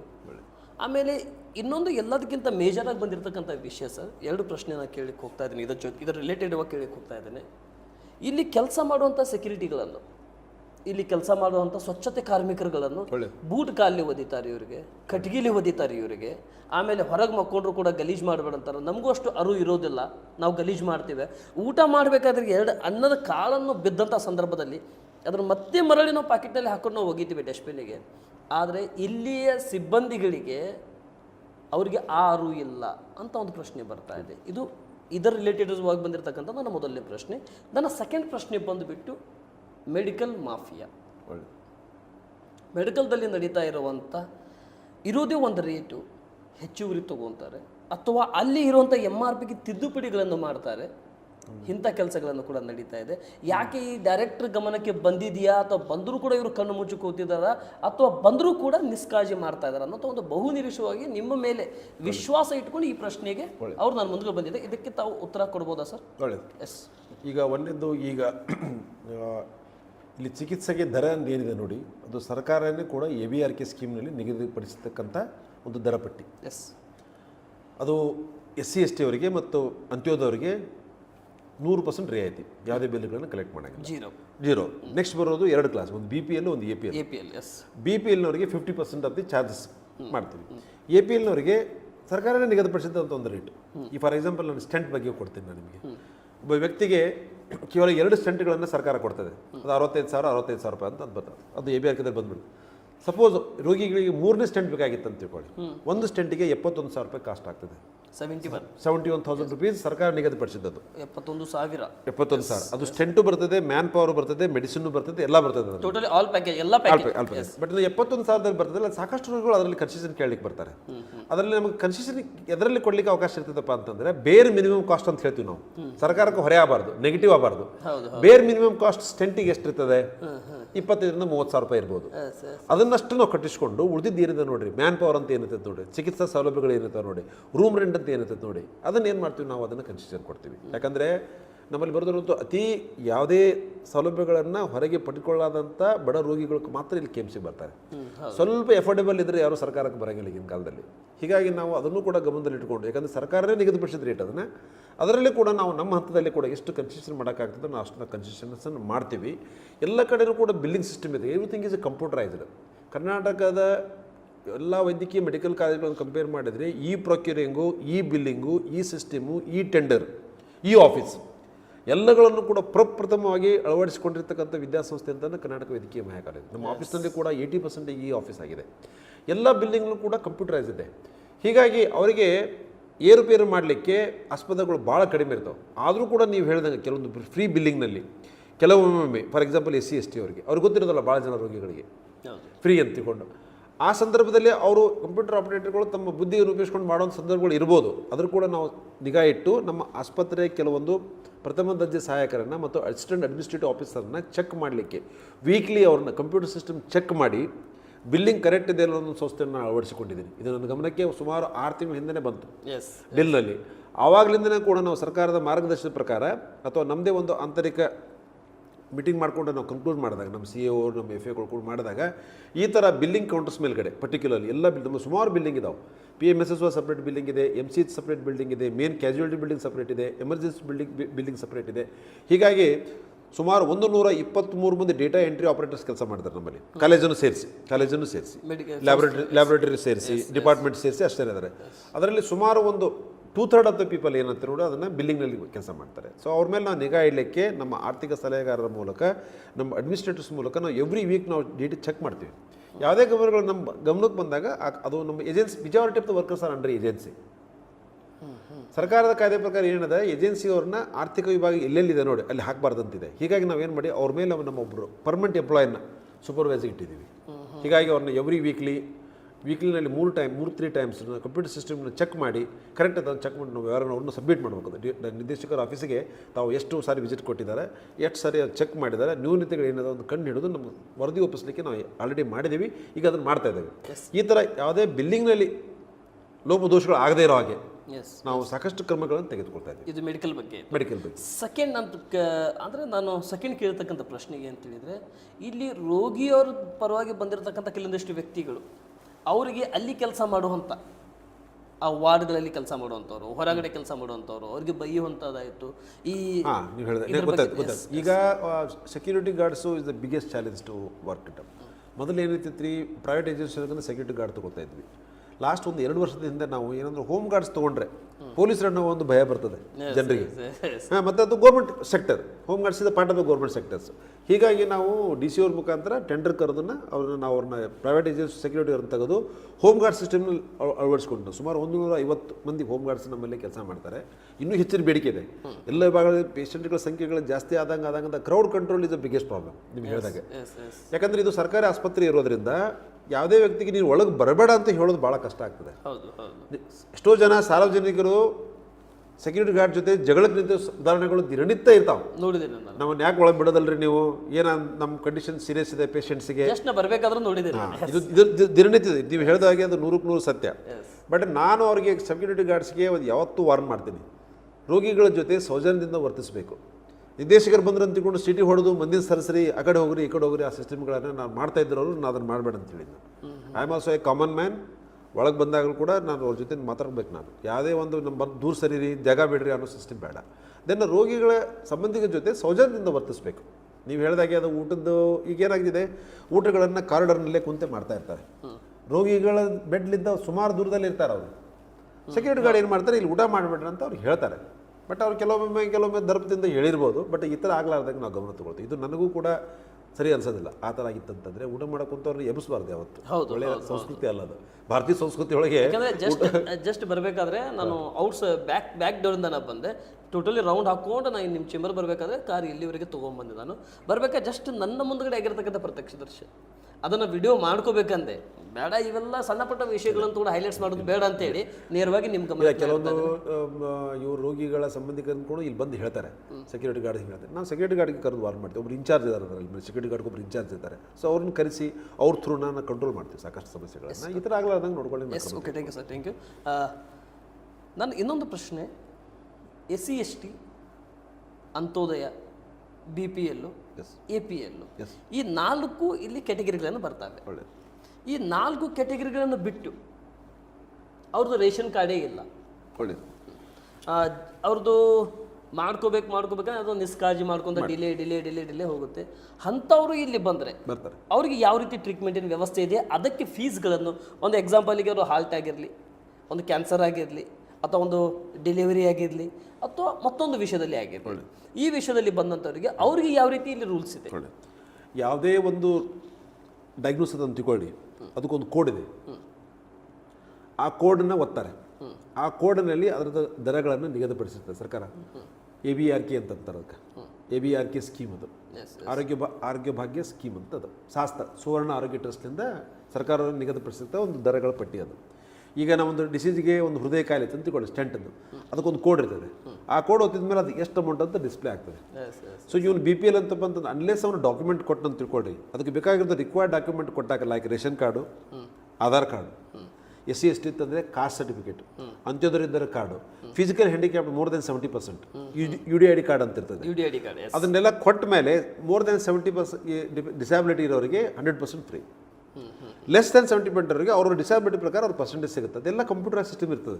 ಅದ್ರಲ್ಲಿ ಏನು ಮ್ಯಾನಿಪುಲೇಟ್ ಮಾಡೋದು. ಒಂದು ಎಕ್ಸಾಂಪಲಿಗೆ ನಾನು ಅಂಥದ್ದೆಲ್ಲ ಯಾವುದೂ ಕಾರ್ಡ್ ಇಲ್ಲ ನನ್ನ ಹತ್ರ. ಯಾವುದೂ ಕಾರ್ಡ್ ಯಾವುದೂ ಇಲ್ಲದೆ ಕಾರ್ಡ್ ಇಲ್ದವ್ರು ಬಂದವ್ರನ್ನ ನಾವು ಅವ್ರನ್ನ APL ಅಂತ ಟ್ರೀಟ್ ಮಾಡಬೇಕಾಗ್ತದೆ. APL ಅಂತ ಟ್ರೀಟ್ ಮಾಡೋದು. ಯಾವುದೇ ಕಾರ್ಡ್ ಹೊರ ರಾಜ್ಯದವ್ರಿಗೆ ಯಾಕಂದರೆ ಇದು ಸೌಲಭ್ಯಗಳು ನಮ್ಮ ರಾಜ್ಯದ ಪೇಷಂಟ್ಗಳಿಗೆ ಅಷ್ಟೇ ಮಾತ್ರ. ನಿಮಗೆ ತಿಳಿದಾಗೆ ಹುಬ್ಬಳ್ಳಿನಲ್ಲಿ ಬಿಹಾರೀಸು, ಬೆಂಗಾಲೀಸು, UP ಅವರು ಸಾಕಷ್ಟು ಕೆಲಸ ಮಾಡೋದು, ಸಾಕಷ್ಟು ಜನ ಇದ್ದಾರೆ. ಅವರು ಬರ್ತಾರೆ.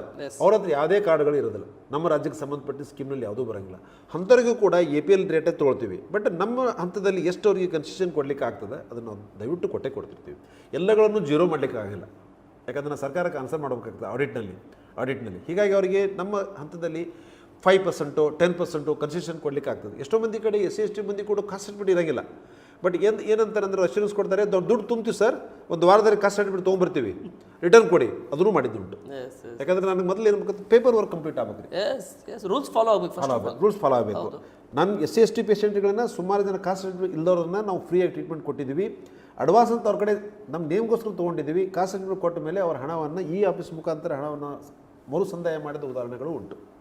ಅದೇ ಥರ ಯಾವುದೇ ಥರ ಕಾರ್ಡ್ ಇಲ್ಲದೆ ಇರೋರಿಗೆ ಕೂಡ ಸೌಲಭ್ಯಗಳನ್ನು ವಂಚಿತ ಮಾಡೋದಲ್ಲ. ನಮ್ಮ ಹಂತದಲ್ಲಿ ಅವ್ರಿಗೆ ಎಷ್ಟು ಕನ್ಸೆಷನ್ ಕೊಡಲಿಕ್ಕೆ ಆಗ್ತದೆ ಅಷ್ಟು ಮಾಡ್ತೀವಿ ಮತ್ತು ಅವರಿಗೆ ಕಾರ್ಡ್ಗಳನ್ನು ತೊಗೊಳ್ಳಿಕ್ಕೆ ವಾರ್ನ್ ಮಾಡ್ತೀವಿ. It is their responsibility. ಸಾಮಾಜಿಕ ಜವಾಬ್ದಾರಿ ಅವ್ರಿಗೂ ಇರಬೇಕು. ಯಾವುದೇ ಸರ್ಕಾರಿ ಸೌಲಭ್ಯಗಳನ್ನು ತೆಗೆದುಕೊಳ್ಬೇಕಂತಂದರೆ ಆ ಸೌಲಭ್ಯಕ್ಕೆ ಅವರು ಅರ್ಹ ಇದ್ದಾರೆ ಎಲ್ಲ ಅನ್ನೋದ್ರ ಬಗ್ಗೆ ಗಮನ ಕೊಡಬೇಕಾಗ್ತದೆ. ಅದಕ್ಕೆ ಅರ್ಹ ಇರಬೇಕಾಗ್ತಂದರೆ ಅವರಿಗೆ ಆಧಾರ್ ಕಾರ್ಡ್ ಇರಬೇಕು, ರೇಷನ್ ಕಾರ್ಡ್ ಇರಬೇಕು. ಯಾಕಂದರೆ ಅವ್ರು ಸರ್ಕಾರನೇ ಮ್ಯಾಂಡೇಟರಿ ಮಾಡಿರ್ತದೆ, ನಮ್ಮ ವಿದ್ಯಾಸಂಸ್ಥೆ ಮ್ಯಾಂಡೇಟರಿ ಮಾಡಿದ್ದಲ್ಲ ಇದು. ಯಾವುದೇ ಒಂದು ರೋಗಿಗೆ ಚಿಕಿತ್ಸೆ ಕೊಡಬೇಕಂತಂದರೆ ಇವೆಲ್ಲ ಸರ್ಟಿಫಿಕೇಟ್ಗಳು ಅತಿ ಅವಶ್ಯ ಇರಬೇಕಂತ ಆಗ್ತದೆ. ಅದು ಕೊಡೇ ತೊಗೊಳ್ಳೋದಲ್ರಿ, ಎಲ್ಲ ಸಬ್ಮಿಟ್ ಮಾಡದೇ ಇದ್ದರೆ ಅದು ಇನ್ಕಂಪ್ಲೀಟಾಗಿ ಏನಾದರೂ ಆತಪ್ಪ ಅಂತಂದರೆ ಅಷ್ಟು ಹಣವನ್ನು ನಾವು ಗೌರ್ಮೆಂಟಿಂದ ಕ್ಲೇಮ್ ಮಾಡಲಿಕ್ಕೆ ಸಾಧ್ಯ ಇಲ್ಲ. ಯಾಕಂದರೆ ಇಲ್ಲಿ ರೋಗದ ಚಿಕಿತ್ಸಾ ಪದ್ಧತಿ ಹೇಗಿದೆ ಅಂತಂತಂದರೆ we have to earn our funds through our internal resources. ಹೆಚ್ಚು ರೋಗಿಗಳನ್ನು ನಾವು ನೋಡಿದಾಗ ಅಂದರೆ ಹೆಚ್ಚು ಹಣ ನಮ್ಮ ಗೌರ್ಮೆಂಟ್ಲಿಂದ ಬರ್ತದೆ. ಅರ್ಥಾಯ್ತಲ್ರಿ? ಈಗ 3 ಕೋಟಿ ಒಂದು 3 ತಿಂಗಳಲ್ಲಿ ನಾವು ಬಿಲ್ ಮಾಡಿದ್ವಿ ಅಂತ ತಿಳ್ಕೊಳ್ಳಿ. 3 ಕೋಟಿ ನಾವು ಬಿಲ್ಗಳನ್ನು ಕರೆಕ್ಟಾಗಿ ನಿಗದಿತ ಅವಧಿಯಲ್ಲಿ ನಾವು ಸಬ್ಮಿಟ್ ಮಾಡಿದಾಗಲೇ ಆ ಹಣ ಬರ್ತದೆ. ಆ ಹಣ ಬಂತಂದ್ರೆ ಮುಂದಿನ 3 ತಿಂಗಳವರೆಗೆ ನಮ್ಗೆ ಖರ್ಚು ಮಾಡಲಿಕ್ಕೆ ಅನುಕೂಲ ಆಗ್ತದೆ.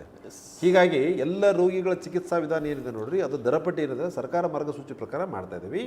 ಯಾವುದೇ ಕಾರ್ಡ್ಗಳು ಇರದೇ ಇದ್ರೂ ಕೂಡ ಅವ್ರಿಗೆ ಚಿಕಿತ್ಸೆಗಳನ್ನ ನಾವು ರೆಫ್ಯೂಸ್ ಮಾಡೋಂಗಿಲ್ಲ, ಕೊಡ್ತೀವಿ. ಬಟ್ ರಿಯಾಯಿತಿ ದರದಲ್ಲಿ ಕೊಡ್ತೀವಿ, ಪ್ರಯತ್ನ ಮಾಡ್ತೀವಿ. ನಿಮ್ಮ ಸಂಸ್ಥೆಗೆ ದಿನೇಶ್ ಗುಂಡೂರಾವ್ ಆಯಿತು, ಶರಣ್ ಪ್ರಕಾಶ್ ಪಾಟೀಲ್ ಅವರಾಯಿತು, ಎಷ್ಟು ದಿವಸಕ್ಕೊಮ್ಮೆ ಭೇಟಿ ಮಾಡ್ತಾರೆ ಸರ್ ಅವರು ಇಲ್ಲಿ ಬಂದರೆ? ಟಿ ಪಿ ಯಾವಾಗೊಮ್ಮೆ ಬರುತ್ತೆ, ನಿಮ್ಗೆ ಇಂಟಿಮೇಷನ್ ಹೀಗೆ ಬರುತ್ತೆ? ಶರಣ್ ಪ್ರಕಾಶ್ ಅವರು ನನಗೆ ತಿಳಿದ ಮಟ್ಟಿಗೆ 8 ತಿಂಗಳ ಹಿಂದ್ಗಡೆ ಇಲ್ಲಿ ನಮ್ಮಲ್ಲಿ ವಿದ್ಯಾಸಂಸ್ಥೆಗೆ ವಿಸಿಟ್ ಮಾಡಿದ್ರು. ನಾನು ನಿರ್ದೇಶಕನಾಗಿ ಬಂದ ಮೇಲೆ 2-3 ಸಾರಿ ಸಾಹೇಬರಿಗೆ ನಾನು ಅಪೀಲ್ಗಳನ್ನು ಕೊಟ್ಟಿದ್ದೀನಿ. ಯಾಕಂದರೆ ಕೆಲವೊಂದು ವಿಭಾಗಗಳ ಇನಾಗ್ರಲ್ ಸೆರೆಮನಿ ಇತ್ತು, ಕೆಲವೊಂದು ಇಕ್ವಿಪ್ಮೆಂಟ್ ಬಗ್ಗೆ. ಸೊ ಅವರು ಡಿಸೆಂಬರ್ ಅಧಿವೇಶನದಲ್ಲಿ ಬರ್ತೀನಿ ಅಂತ ಹೇಳಿದರು. ಸೊ ಬ್ಯುಸಿ ಇರೋದ್ರಿಂದ ಈ ಮಂತ್ ಎಂಡ್ಗಡೆ ಇನ್ನೊಂದು ಸಲ ವಿಸಿಟ್ ಕೊಡ್ತೀನಿ ಅಂತ ಹೇಳಿದ್ದಾರೆ. ಅಥವಾ ಅವ್ರು ಯಾವುದೇ ಕಾರ್ಯಕ್ರಮ ಇತ್ತು ಅಂತಕೊಂಡು ಕೂಡ ನಮಗೆ ಒಂದು ದಿವಸದಲ್ಲಿ ಹೇಳ್ಕೊಟ್ಟು ಅವ್ರು ಬಟ್ಟೆ ಕೊಡ್ತಾರೆ. ಇದು ನಾವಾಗಲೇ ಅವರಿಗೆ ಸರಿಗೆ ಬರಲಿ ಅಂತ ಒಂದು ರಿಕ್ವೆಸ್ಟ್ ಮಾಡ್ಕೊಂಡಿದ್ವಿ. ಮುಂದಿನ ಹಂತಗಳಲ್ಲಿ ಡೆಫಿನೆಟ್ ಅಲ್ಲ, ನೀವು ಚಾರ್ಜ್ ತೊಗೊಂಡಾಗಿಂದ ಎಷ್ಟು ಸತಿ ರಿಕ್ವೆಸ್ಟ್ ಮೇಲನ್ನು ತಾವು ಮಾಡಿರಿ ಅವರಿಗೆ, ಅವ್ರ ಆಫೀಸಿಗೆ? 2 ಸಾರಿ ನಾನು ರಿಕ್ವೆಸ್ಟ್ ಮಾಡ್ಕೊಂಡಿದ್ದೆ. ಬರ್ತೀನಿ ಅಂತ ಹೇಳಿದ್ದಾರೆ. ನಾನು ಒಂದು 15 ದಿವಸ ಹಿಂದ್ಗಡೆ ನಾನು ಸಾಹೇಬ್ರನ್ನ ಭೇಟಿಯಾಗಿದ್ದೆ. ಸರ್ ಈ ಥರ ಇದೆ ಅಂತ ಹೇಳಿದ್ರೆ ಬರ್ತೀನಿ ಅಂತ ಹೇಳಿದ್ರು. ರಿವ್ಯೂ ಎಲ್ಲ ತೊಗೊಳ್ತಾ ಇರ್ತಾರೆ ಆನ್ಲೈನ್. ಈಗೆಲ್ಲ ಏನಾಗಿದೆ ಗೊತ್ತನ್ರಿ, ಫಿಸಿಕಲ್ ಮೀಟಿಂಗ್ ಈಗ ಭಾಳ ಕಡಿಮೆ ಆಗಿದ್ದಾವೆ. ತಿಳಿದ್ರಿ, ರಿವ್ಯೂ ಮೀಟಿಂಗ್ ಅಂತ ಇರ್ತದೆ, ಮಂತ್ಲಿ MP8 ಮೀಟಿಂಗ್ ಅಂತ ಸೆಕ್ರೆಟರಿ ತೊಗೊಳ್ತಾರೆ, ಮಿನಿಸ್ಟರ್ಸ್ ತೊಗೊಳ್ತಾರೆ, ಝೂಮ್ ಮೀಟಿಂಗ್ ಮೇಲೆ ತೊಗೊಳ್ತಾರೆ. ಎನಿ ಟೈಮ್ ದಿನನಿತ್ಯದಲ್ಲಿ ವಾರದಲ್ಲಿ ಒಂದು 5-6 ಸಲ ನಾವು ಹೈಯರ್ ಆಫೀಸ್ ಬೆಂಗಳೂರಿಗೆ ಸೆಕ್ರೆಟರಿಯವ್ರ ಜೊತೆ ಆಗಲಿ, ಮೆಡಿಕಲ್ ಎಜುಕೇಷನ್ ಮಿನಿಸ್ಟರ್ ಸೆಕ್ರೆಟರಿ ಅವರು DME ಅವ್ರ ಜೊತೆ ಆಗಲಿ, ಅಂಡರ್ ಸೆಕ್ರೆಟರಿ ಆಗಲಿ, ಲೀಗಲ್ ಮ್ಯಾಟ್ರ್ ಇರ್ಬೋದು, ರೋಗಿಗಳ ಚಿಕಿತ್ಸಾ ವಿಧಾನ ಇರ್ಬೋದು, ಅಂಡರ್ ಗ್ರೇಡ್ ಟೀಚಿಂಗ್ ಇರ್ಬೋದು, ಯಾವುದಾದ್ರೂ ಒಂದು ಕಂಟಿನ್ಯೂಸ್ಲಾಗಿ ಇದ್ದೇ ಇರ್ತಾರೆ. ಫಿಸಿಕಲ್ ಪ್ರೆಸೆನ್ಸ್ ಏನಾಗಿದೆ ಈಗ ಡೇ ಬೈ ಡೇ ಎಲ್ಲದಲ್ಲೂ ಕಡಿಮೆ ಆಗ್ತದೆ. ಯಾಕಂದರೆ ಕೆಲಸದ ಒತ್ತಡ ಜಾಸ್ತಿ ಇರೋದ್ರಿಂದ ಎಲ್ಲ ಕಡೆನೂ ಹೋಗ್ಲಿಕ್ಕೆ ಆಗಲಿಕ್ಕಿಲ್ಲ. But purpose should be served. ಇದಕ್ಕೆ ಬಂದಿರೋ ಉದ್ದೇಶ ಏನಿದೆ ನೋಡ್ರಿ, ಆ ಉದ್ದೇಶಕ್ಕಿಂತ ಅವ್ರು ಅಲ್ಲೇ ಕೂತ್ಕೊಂಡು ಅದನ್ನು ಸಾಲ್ವ್ ಮಾಡ್ತಾರೆ. Yes, okay. ನಾನು ಸಮಯದ ವಿಚಾರ ಮಾಡಿದ ಕೊನೆ ಹಂತಕ್ಕೆ ಬರ್ತಾ ಇದ್ದೇನೆ. ಇಲ್ಲಿ ಕೆಲಸ ಮಾಡೋರ ಬಗ್ಗೆ ಕೆಲವೊಂದಿಷ್ಟು ದಬ್ಬಾಳಿಕೆ ವಿಷಯಗಳನ್ನು ನಿಮ್ಮ ಗಮನಕ್ಕೆ ಬಂದಿದೆ ಅಂತ ನಾನು ಅನ್ಕೊತೇನೆ. ಯಾವ ವಿಭಾಗದಲ್ಲಿ? ವೈದ್ಯರ ಭಾಗದಲ್ಲಿಯೋ ಅಥವಾ ವೈದ್ಯಕೇತರ ಸಿಬ್ಬಂದಿಗಳ ಬಗ್ಗೆ? ಕೇಂದ್ರ ಸಿಬ್ಬಂದಿಗಳ ಬಗ್ಗೆ. ಸೆಂಟ್ರಲ್ ಗೌರ್ಮೆಂಟ್ ಇಲ್ಲಿ ಇರ್ತಕ್ಕಂಥ ಇಲ್ಲಿ ಆಡಳಿತ ಸಿಬ್ಬಂದಿಯವ್ರ ಮೇಲೆ ಪೂರ್ತಿ ಕಂಪ್ಲೀಟ್ ಮಾಡ್ತೀನಿ ಸರ್ ನಾನು. ಸಿಬ್ಬಂದಿಯವ್ರ ಮೇಲೆ ಕೆಲವೊಂದಿಷ್ಟು ದಬ್ಬಾಳಿಕೆಗಳನ್ನು ಅವರು ಕಾಂಟ್ರಾಕ್ಟ್ ಬೇಸ್ ತೊಗೊಂಡವ್ರ ಕಡೆಯಿಂದ ಆಗಿರಲಿ ಅಥವಾ ವೈದ್ಯಕೀಯವ್ರ ಮೇಲೆ ದಬ್ಬಾಳಿಕೆಗಳನ್ನು ನಡೀತಾ ಇದೆ. ಇದ್ರ ಬಗ್ಗೆ ನಿಮ್ಮ ಗಮನಕ್ಕೆ ಬಂದಿದೆಯಾ ಸರ್ ಈ ವಿಷಯಗಳನ್ನು? ದಬ್ಬಾಳಿಕೆ ಅನ್ನೋ ಒಂದು ಗಮನಕ್ಕೆ ಬಂದಿಲ್ಲ, ಕೆಲವೊಂದು ನ್ಯೂನತೆಗಳಿದೆ ಗಮನ. ಇದರ ಜೊತೆಯಲ್ಲಿ ಕೂಡ ಈ ಆಹಾರ ಟ್ರಾನ್ಸ್ಪೋರ್ಟಿಂಗ್ ಏನಾಗುತ್ತೆ ಒಳ್ಳೆಯದು, ಅದರಲ್ಲಿ ಕೆಲವೊಂದಿಷ್ಟು ನಮ್ಮ ಗಮನಕ್ಕೆ ಬಂದ ಪ್ರಕಾರ ಹೇಳ್ತಾ ಇದ್ದೇನೆ ಸರ್ ನಾನು, ಕಳುವು ಆಗ್ತಾ ಇದೆ. ಒಳ್ಳೆಯದು. ಕೆಲವೊಂದಿಷ್ಟು ಈ ಗಮನದಲ್ಲಿ ಬಂದಿದೆ. ಇಲ್ಲೂ ಈಗ ರೋಗಿಗಳಿಗೆ ಬೇಕಾಗಿರ್ತಕ್ಕಂಥ ಒಂದು ಆಹಾರ ಪದ್ಧತಿ ನಾವು ಏನು ಸರಬರಾಜು ಮಾಡ್ತೀವಿ ನೋಡಿ, ಅದು ಏಜೆನ್ಸಿ ಕೊಟ್ಟಿರ್ತೀವಿ, ದರಪಟ್ಟಿ ಇದೆ, ಅವನು ಟೆಂಡರ್ ಪ್ರಕಾರ ಬಂದಿರ್ತಾನೆ. ಅವನ ಕೆಲಸ ಏನು, ಬೆಳಗ್ಗೆ ಬ್ರೇಕ್ಫಾಸ್ಟು, ಮಿಲ್ಕು, ಮಧ್ಯಾಹ್ನ ಊಟ, ಈವ್ನಿಂಗ್ ಟೀ ಆ್ಯಂಡ್ ಸ್ನ್ಯಾಕ್ಸು, ರಾತ್ರಿ ಊಟ ಕೊಡ್ಬೇಕಂತಿರ್ತದೆ. ಅವನೇ ಸಾಮಾನು ತೊಗೊಂಡ್ಬರ್ತಾನೆ, ಅವನೇ ಕೊಡ್ತಾನೆ, ಬಿಲ್ ಸಬ್ಮಿಟ್ ಮಾಡ್ತಾನೆ. ಅಲ್ಲಿ ಕಳುವಾಗ ಪ್ರಶ್ನೆ ಬರೋಂಗಿಲ್ಲ. ಕಳುವಾದ್ರೆ ಅವ್ನ ಪರ್ಸ್ನಲ್ ಲಾಸ್ ಅದು. ನಮಗೆ ಬೇಕಾಗಿರ್ತಕ್ಕಂಥ ಏನಿರ್ತಾವೆ ನೋಡಿ. ಅಲ್ಲ, ಕಳುವು ಅಂದರೆ ಏಜೆನ್ಸಿ ಕಡೆಯಿಂದ ಆಗ್ತಾ ಇಲ್ಲ, ಏಜೆನ್ಸಿಯವ್ರಿಗೆ ಏನು ಸಪ್ಲೈ ಮಾಡ್ತಾರಲ್ಲ, ಅವ್ರ ಕಾರ್ಮಿಕರಿಗೆ ಏನು ಇರ್ತಾರಲ್ಲ, ಅಲ್ಲಿಂದ ಆಗ್ತಾ ಇದೆ ಅಂತೇಳಿ ಕೆಲವೊಂದಿಷ್ಟು ರೋಗಿಯವ್ರ ಕಡೆನವರೇ. ಅಂದ್ರೆ ಈಗ ಒಂದು ಎಕ್ಸಾಂಪಲ್ ಸರ್, ನಾನು ಸಪ್ಲೈ ಎಂಡ್ ಯೂಸರ್ಸ್ ಕಡೆ ನಿಮ್ಗೆ ಬರ್ತಾ ಇಲ್ಲ ಅಂತ ಹೇಳ್ತಾ ಇದ್ದಾರೆ. ಇಲ್ಲ ಈಗ ವರ್ಕರ್ಸು ಕೂಡ ಏಜೆನ್ಸಿಯವ್ರು ನಾವು ಏನು ಕೊಟ್ಟಿರ್ತೀವಿ ನೋಡಿ ಕಾಂಟ್ರಾಕ್ಟ್, ಅವ್ರು ವರ್ಕರ್ಸೇ ಇರ್ತಾರೆ. ಅವ್ರಿಗೆ ಬರ್ತಾರೆ, ಪೇಷಂಟ್ ಕ್ಯೂನಲ್ಲಿ ನಿಂತ್ಕೊಳ್ತಾರೆ, ಆಹಾರಗಳನ್ನ ತಗೊಳ್ತಾರೆ. ನಾನು ಒಂದು 2-3 ಸಲ ಹೋಗಿದ್ದೀನಿ, ಅದೇ ಕ್ಯೂನಲ್ಲಿ ನಿಂತವ್ರನ್ನ ನಾನೇ ಇಂಟರ್ವ್ಯೂ ಮಾಡಿದೆ. ನೀವು ಕೊಟ್ಟಿರೋ ಒಂದು ಕ್ವಾಲಿಟಿ, ಎರಡನೇದು ಕ್ವಾಂಟಿಟಿ, ಗುಣಮಟ್ಟ ಹೇಗಿದೆ ಒಂದನೇದು, ಎರಡನೇದು ಸಾಕಷ್ಟು ಪ್ರಮಾಣದಲ್ಲಿ ಸಿಗ್ತದೆ ಇಲ್ಲ ಅಂತ ಕೇಳಿದೆ. ಕೆಲವರು ನಮ್ಗೆ ಇನ್ನೂ ಸ್ವಲ್ಪ ರೈಸ್ ಜಾಸ್ತಿ ಕೊಟ್ಟರೆ ಜಾಸ್ತಿ ಆಗ್ತದೆ, ಅಡಿಷ್ನಲ್ ಒಂದು ರೊಟ್ಟಿ ಜಾಸ್ತಿ ಕೊಟ್ಟರೆ ಸರ್, ಇದು ಬೇಡಿಕೆಗಳು. ಸೊ ನನಗೆ ಈ ಒಂದು ತಿಂಗಳ ಹಿಂದ್ಗಡೆ ಈ ಥರ ಗಮನ ಬಂದಾಗ ನಮ್ಮಲ್ಲಿ ಡೈಟಿಷಿಯನ್ಸು ಇರ್ತಾರೆ ಅದಕ್ಕೆ ಸೂಪರ್ವೈಸ್ ಮಾಡಲಿಕ್ಕೆ, ಮತ್ತು ಇನ್ನೊಬ್ಬರು ವೈದ್ಯರನ್ನು ಕೂಡ ಅದ್ರ ಇನ್ಚಾರ್ಜು ಕೂಡ ಮಾಡಿರ್ತೀವಿ ದಿನನಿತ್ಯ ಚೆಕ್ ಮಾಡಲಿಕ್ಕೆ. One of the doctor is recruited to look after the kitchen facilities. ಇಬ್ಬರು ಡೈಟಿಷಿಯನ್ಸ್ ಇರ್ತಾರೆ, ಅವರೆಲ್ಲ ಗುಣಮಟ್ಟಗಳನ್ನು ಪರೀಕ್ಷೆ ಮಾಡ್ತಿರ್ತಾರೆ. ರೋಗಿಗಳಿಗೆ ಏನಾದರೂ ಹೆಚ್ಚಿನ ಎಡಿಷನ್ಸ್ ಬೇಕಾಯ್ತು ವೈದ್ಯಕೀಯ ಪದ್ಧತಿ ಪ್ರಕಾರ ಒಂದು ಎಡಿಷನಲ್ಸ್ ಈ ಕೊಡಬೇಕಾಗಿತ್ತಪ್ಪ ಅಂದರೆ ಅವ್ರು ಡೈಟಿಷನ್ಸ್ ಸಜೆಸ್ಟ್ ಮಾಡ್ತಾರೆ, ಅದ್ರ ಪ್ರಕಾರ ಕೊಡ್ತೀವಿ. ಈ ಥರ ನನ್ನ ಗಮನಕ್ಕೆ ಆಹಾರದ ಮಟ್ಟದ ಬಗ್ಗೆ ಆಗಲಿ, ಕಡಿಮೆ ಆಗಿದೆ ಕ್ವಾಂಟಿಟಿ ಬಗ್ಗೆ ಆಗಲಿ ಮತ್ತು ಕ್ವಾಲಿಟಿ ಬಗ್ಗೆ ಆಗಲಿ ಯಾವುದೇ ವಿಶೇಷಗಳ ಕಂಪ್ಲೇಂಟ್ ಬಂದಿಲ್ಲ. ಈ ಥರ ನಿಮ್ಮ ಗಮನ ಥ್ರೂ ಏನಾದರೂ ನನಗೆ ಬಂತಂದರೆ ಅದನ್ನು ನಮ್ಮ ಮುತುವರ್ಜಿ ವಹಿಸಿ, ಯಾಕಂದರೆ ಆಹಾರ ಇದು ಅತಿ ಮುಖ್ಯ ರೋಗಿಗಳಿಗೆ. ಔಷಧಿ ಎಷ್ಟು ಮುಖ್ಯನೋ ಅದೇ ಆಹಾರನೂ ಕೂಡ. ಕೆಲವೊಂದು ಪೇಷಂಟ್ಗಳಿಗೆ ಗಂಜಿ ಇರ್ತದೆ, ರೆಗ್ಯುಲರ್ ಡೈಟ್ ಇರೋಂಗಿಲ್ಲ, ಪ್ರೋಟೀನ್ ಡೈಟ್ ಬೇಕಾಗ್ತದೆ. ಮಿಲ್ಕು ಮತ್ತು ಎಗ್ಗನ್ನು ಕೂಡ ನಾವು ರಿಕ್ವೆಸ್ಟ್ ಮಾಡಿಕೊಂಡು ಗೌರ್ಮೆಂಟ್ ಕಡೆಯಿಂದ ಪರ್ಮಿಷನ್ ತೊಗೊಂಡು ₹5 ಅಂತಿಕೊಂಡು ಮಾಡಿ ಅದನ್ನು ಹೋದ ವರ್ಷ ಸೇರಿಸಿದ್ದುಂಟು. ಯಾಕಂದರೆ ಗುಣಮಟ್ಟದ ಆಹಾರ ಕೂಡ ರೋಗಿಗಳೇ ಬೇಕು. ಈಗ ಇದ್ರ ಬಗ್ಗೆ ಕಿಚನ್ ಬಗ್ಗೆ ನನಗೆ ಇದುವರೆಗೆ ಯಾವುದೇ ಥರದ ಕಂಪ್ಲೇಂಟ್ ಬಂದಿಲ್ಲ. ನಾನೇ ಪರ್ಸನಲ್ ಖುದ್ದು ಹೋಗಿ ಊಟ ಮಾಡಿ ಬಂದಿದ್ದೀನಿ ಒಂದು ಸಾರಿ. ನಾನೇ ಹೋಗಿ ಕಿಚನ್ಗೆ ಹೋಗಿ ಊಟ ಮಾಡಿ ಬಂದೀನಿ. ನಾನು ಯಾವತ್ತು ಹಾಸ್ಪಿಟಲ್ ರೌಂಡ್ಸ್ ಕೊಂಡಾಗ ಕಾರಿಡಾರ್ನಲ್ಲಿ ಏನೋ ನಾನು ಹೋಗೋದಿಲ್ಲ, ಏನಾದರೂ ಅದು ಕಿಚನ್ ಟ್ರೇ ಬಂತಪ್ಪ ಅಂತಂದ್ರೆ ನಾನು 2 ಮಿನಿಟಲ್ಲಿ ನಿಂತ್ಕೊಂಡು ಅದು ಡಬ್ಬಿ ತೆಗೆದು ಗುಣಮಟ್ಟವನ್ನು ನೋಡ್ತೀನಿ. ಅಲ್ಲಿರ್ತಕ್ಕಂಥ ರೋಗಿಗಳನ್ನು ಕೇಳ್ತೀನಿ, ಒಂದು they are the best answer ಕೊಡೋದ್ರಲ್ಲಿ ಅವ್ರ ಕಡೆಯಿಂದ ತೊಗೊಳ್ತಕ್ಕಂಥ ಒಂದು ನಾವು ಇದು ಇರ್ತದೆ ನೋಡಿ ಆನ್ಸರ್, ಅದು ಅಲ್ಟಿಮೇಟ್. ಅದು ಅವ್ರೇನು ಹೇಳ್ತಾರೆ ನೋಡಿ, ಒಳ್ಳೇದಿದೆ ಅಂತ ಹೇಳಿದರೆ ಒಳ್ಳೇದಂತ ತೊಗೊಳ್ಬೇಕು, ಅದಿಲ್ಲ ಸರ್ ಸ್ವಲ್ಪ ಕಡಿಮೆ ಇಲ್ಲ ಅಂದ್ರೆ ಕಡಿಮೆ, ಅದ್ರ ಬಗ್ಗೆ ಏನು ಕ್ವಶನ್ಸ್ ಇಲ್ಲ. ನಾನು ಇವ್ರ ಕಡೆ ಏಜೆನ್ಸಿಯವ್ರ ಕಡೆ ತೊಗೊಳಕ್ಕೆ ಹೋಗೋದಿಲ್ಲ. ಅದು ಊಟ ಮಾಡೋರು ಯಾರು ರೋಗಿಗಳು, ಅವ್ರ ಕಡೆ ಕೇಳ್ತೀನಿ ನಾನು. ಫಸ್ಟ್ ಹ್ಯಾಂಡ್ ಇನ್ಫಾರ್ಮೇಷನ್ ತೊಗೊಳ್ಳೋದು ಅವ್ರ ಕಡೆ. ಅವ್ರೇನಾದರೂ ಸ್ವಲ್ಪ ಹೇಳಿದ್ರಪ್ಪ ಅಂತಂದ್ರೆ ತಾಪಡ್ತವ್ರು ಅದ್ರ ಬಗ್ಗೆ ಆ್ಯಕ್ಷನ್ ತೊಗೊಂಡು ಅವ್ರನ್ನ ಕರೆಸಿ ಈ ಥರ ಇದೆ, ಈ ಥರ ನೀವು ಮಾಡಿ ಅಂತಕೊಂಡು ನಾವು ಉದಾಹರಣೆಗಳನ್ನು ಕೊಡ್ತೀನಿ ಅವ್ರಿಗೆ. Okay, thank you sir. ನನ್ನ ಕೊನೆಯ ಪ್ರಶ್ನೆ ಸಮಯದ ವಿಚಾರ ಮಾಡೋದು, ಯಾಕಂದ್ರೆ ನಿಮ್ಗೆ ಇನ್ನೂ ಭಾಳಷ್ಟು ಮೀಟಿಂಗ್ಗಳನ್ನು ಈ ಕೆಎಂಸಿ ಬಗ್ಗೆ ಸರ್ಕಾರದಿಂದ ಮತ್ತು ನಿಮ್ಮ ಕೆಎಂಸಿ ಸಂಸ್ಥೆ ಕಡೆಯಿಂದ ಮತ್ತು ನೀವು ಈ ಡಿಪಾರ್ಟ್ಮೆಂಟ್ನಿಂದ ಡೆವಲಪ್ಮೆಂಟ್ ವಿಷಯದಲ್ಲಿ ಬೇಡಿಕೆಗಳನ್ನು ಎಷ್ಟು ಇಟ್ಟಿರಿ ಸರ್? ವರ್ಷದಲ್ಲಿ ಬೇಡಿಕೆ ಎಷ್ಟಿಟ್ಟಿರಿ? ಆಮೇಲೆ ಹತ್ತತ್ರ ಈ ಜುಲೈ 3ನೇ ತಾರೀಕಿಗೆ ತಾವು ಒಂದು ವರ್ಷ ಆಗುತ್ತೆ. ಹತ್ತತ್ರ ಈಗ 6 ತಿಂಗಳಲ್ಲಿ ಕ್ರಾಸ್ ಆಗಿ 7-8 ತಿಂಗಳಿಗೆ ತಾವು ಬಂದಿರಿ. 7 ತಿಂಗಳಲ್ಲಿ ತಾವು ಇಟ್ಟಿರ್ತಕ್ಕಂಥ ಬೇಡಿಕೆಗಳನ್ನು ಎಷ್ಟು, ಆ ಬೇಡಿಕೆದಿಂದ ರಾಜ್ಯ ಸರ್ಕಾರದಿಂದ ನಿಮಗೆ ಬಂದಿರತಕ್ಕಂಥ ರಿಪ್ಲೈಗಳನ್ನು ಎಷ್ಟು, ಮತ್ತು ಜಿಲ್ಲಾ ಉಸ್ತುವಾರಿಯವರ ಮುಖಾಂತರದಿಂದ ಇಟ್ಟಿರ್ತಕ್ಕಂಥ ಬೇಡಿಕೆ, ಮತ್ತು ಈ ಸಂಸದರು ಈ ಜಿಲ್ಲೆಯ ಸಂಸದರು ಬಂದ ಮೇಲೆ ಅವರು ಗಮನಕ್ಕೆ ನೀವು ತಂದಿರತಕ್ಕಂಥ ಬೇಡಿಕೆಗಳನ್ನು, ಕೇಂದ್ರದಿಂದ ಬರುವಂಥ ಬೇಡಿಕೆಗಳನ್ನಾಗಿರಲಿ, ರಾಜ್ಯ ಸರ್ಕಾರದಿಂದ ಬರುವಂಥ ಬೇಡಿಕೆಗಳನ್ನಾಗಿರಲಿ, ಜಿಲ್ಲಾ ಉಸ್ತುವಾರಿಯವರಿಂದ ಬರುವಂಥ ಬೇಡಿಕೆಗಳನ್ನಾಗಿರಲಿ, ನಂತರ ಇಲ್ಲಿ ಬರುವಂಥ ಶಾಸಕರುಗಳ ಗಮನದಲ್ಲಿ ತಾವು ಇಟ್ಟಿರ್ತಕ್ಕಂಥ ವಿಷಯದಲ್ಲಿ ಕೂಡ ಯಾವ್ಯಾವ ಬೇಡಿಕೆಗಳನ್ನು ತಾವು ಇಟ್ಟಿರಿ ಸರ್? ಬೇಡಿಕೆ ವಿಚಾರ ಬಗ್ಗೆ ಅಂತಂತಂದರೆ ಈಗ ಈ ಮುಂಬರುವ ರಾಜ್ಯದ ಒಂದು ಆರ್ಥಿಕ ಆಗ್ತದಲ್ಲ, ಅದಕ್ಕೆ ನಮ್ಮ ಸಂಸ್ಥೆಗೆ ಬೇಕಾಗಿರ್ತಕ್ಕಂಥ ಕೆಲವು ರಿಕ್ವೈರ್ಮೆಂಟ್ಸ್ ಏನಿದೆ ನೋಡಿ, ಅದ್ರ ಬಗ್ಗೆ ನಾವು ಬೇಡಿಕೆಗಳನ್ನು ಇಟ್ಟಿದ್ದೀವಿ. ಒಂದು, ಅದು ಕ್ಯಾನ್ಸರ್ ಚಿಕಿತ್ಸಾ ವಿಭಾಗಕ್ಕೆ ಸಂಬಂಧಪಟ್ಟಿದ್ದು. ನಮ್ಮಲ್ಲಿ ಇರ್ತಕ್ಕಂಥ ಒಂದು ಲಿನಾಕ್ ಮಷಿನ್, ರೇಡಿಯೋಥೆರಪಿ ಮಷಿನ್ ಅಂತ ಏನಿದೆ ನೋಡಿ, ಅದು 2027ಕ್ಕೆ ಅದರದ್ದು ಆಯುಷ್ ಮುಗಿತದೆ. ಯಾಕಂದರೆ ಆ ಮಷಿನ್ಗೆ ಒಂದು ಫಿಕ್ಸ್ ಕೆಪಾಸಿಟಿ ಇರ್ತದೆ. ಅದಕ್ಕಿಂತ ಮುಂಚೆ ಪೂರ್ವಭಾವಿಯಾಗಿ ನಾವು ಅದನ್ನು ಬಜೆಟನ್ನು ತಯಾರಿಸಿ ಸರ್ಕಾರಕ್ಕೆ ಒಂದು ಮನವಿ ಸಲ್ಲಿಸಬೇಕು. ಅದಕ್ಕೆ ಬೇಕಾಗಿರ್ತಂಥ ಇಕ್ವಿಪ್ಮೆಂಟ್ ಕಾಸ್ಟ್ಗಳು ಸುಮಾರು 25 ಕೋಟಿ.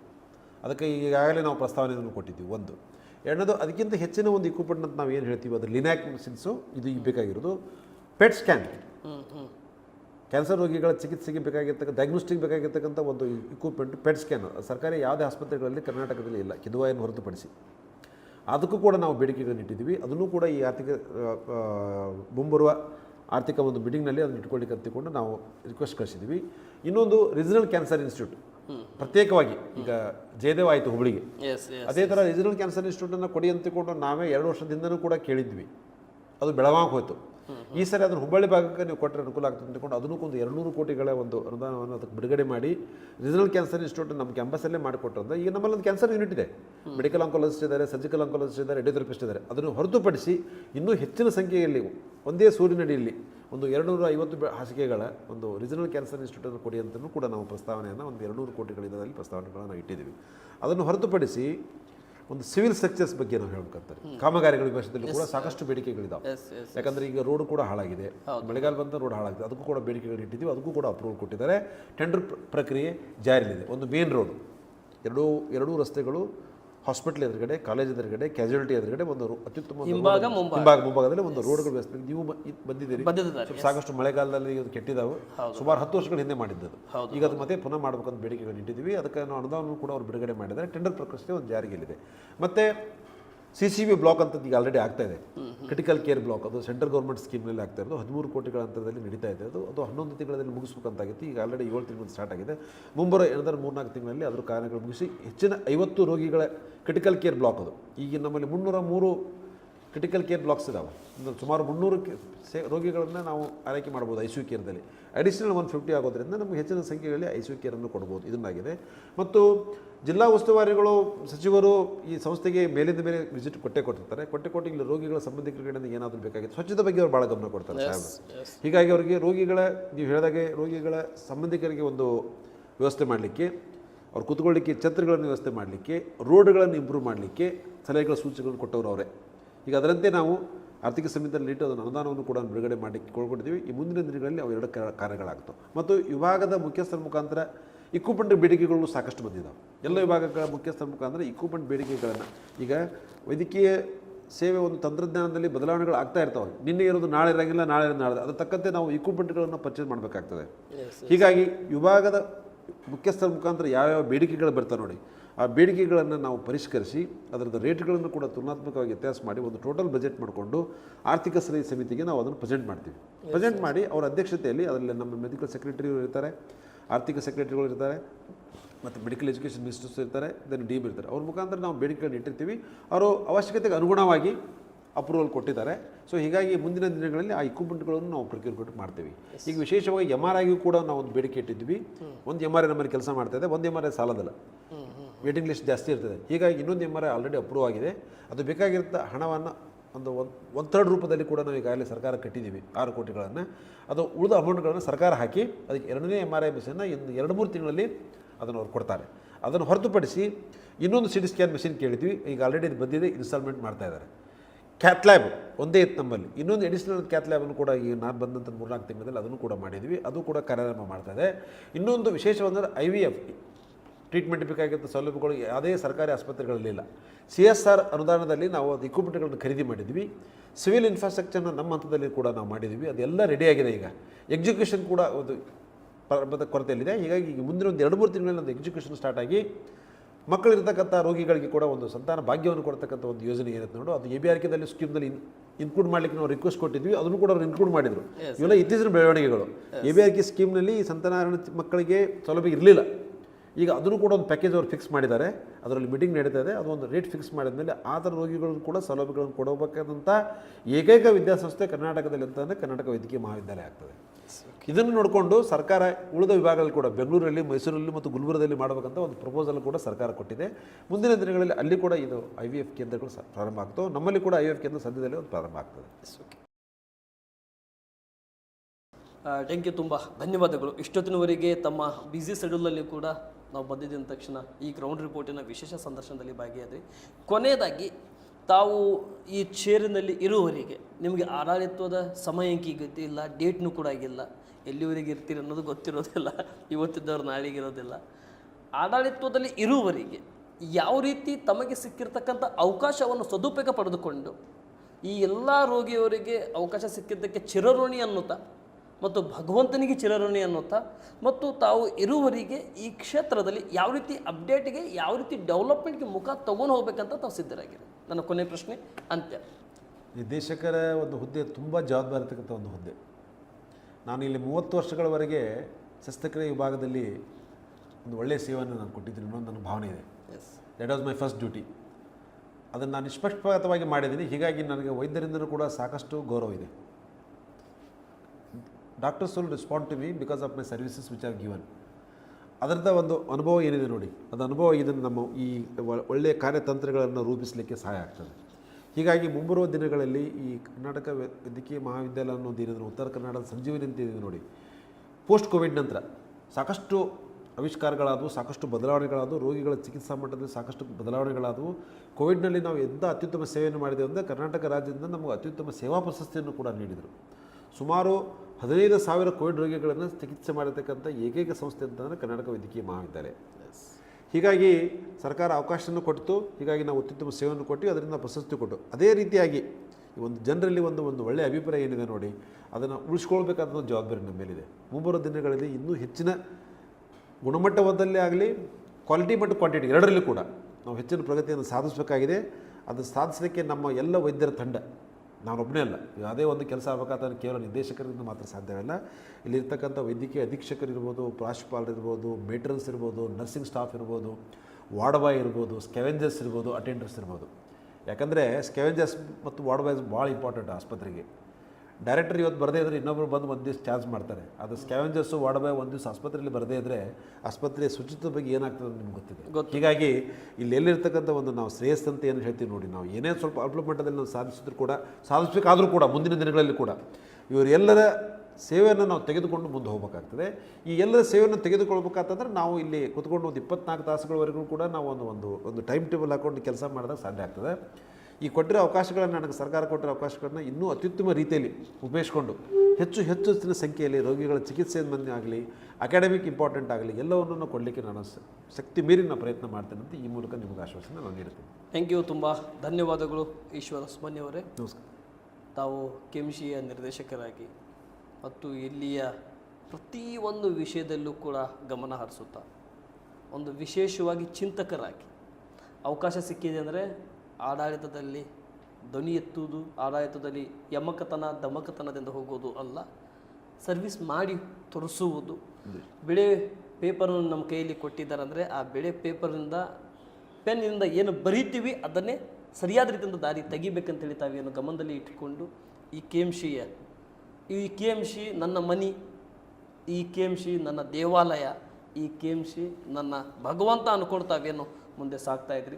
ನಿಮ್ಮಂಥ ಚಿಂತಕರು, ನಿಮ್ಮಂಥ ರೂಪದವರು ನಿಮ್ಮ ಇಲ್ಲದಂಥ ಕಾಲದಲ್ಲಿ ಕೂಡ ಮುಂದೆ ಬರಲಿ, ಮುಂದಿನ ಜನ್ರೇಷನ್ದಲ್ಲಿ ಕೂಡ ನಿಮ್ಮದೇ ರೀತಿಯಿಂದ ಚಿಂತನೆ ಮಾಡುವಂಥ ವ್ಯಕ್ತಿಗಳು ಬರಲಿ ಅಂತ ಹೇಳ್ತಾ ಈ ಸಂದರ್ಶನಕ್ಕೆ ಸುಮಾರು ಹೊತ್ತಿನವರೆಗೆ ತಾವು ಅವಕಾಶ ಮಾಡಿಕೊಟ್ರಿ ಮತ್ತು ಅನೇಕ ಬಗ್ಗೆ ತಾವು ವಿಷಯಗಳನ್ನು ಕೂಡ ಪ್ರಸ್ತಾವನೆ ಮಾಡಿದ್ರಿ. ಇನ್ನಷ್ಟು ವಿಷಯಗಳನ್ನು ಕೇಳಬೇಕಿತ್ತು, ಸಮಯದ ಕೊರತೆ ಇರೋದರಿಂದ ನಾನು ಕೂಡ ಸಮಯದ ಗಮನ ಹರಿಸುತ್ತಾ ಸಂದರ್ಶನ ಅಂತ್ಯಕ್ಕೆ ಹೋಗ್ತಾ ಇದ್ದೇನೆ. ತುಂಬ ಧನ್ಯವಾದಗಳು. ನಮಸ್ತೆ. ಜೈನ್ ಸರ್. Thank you. ನಮಸ್ಕಾರ.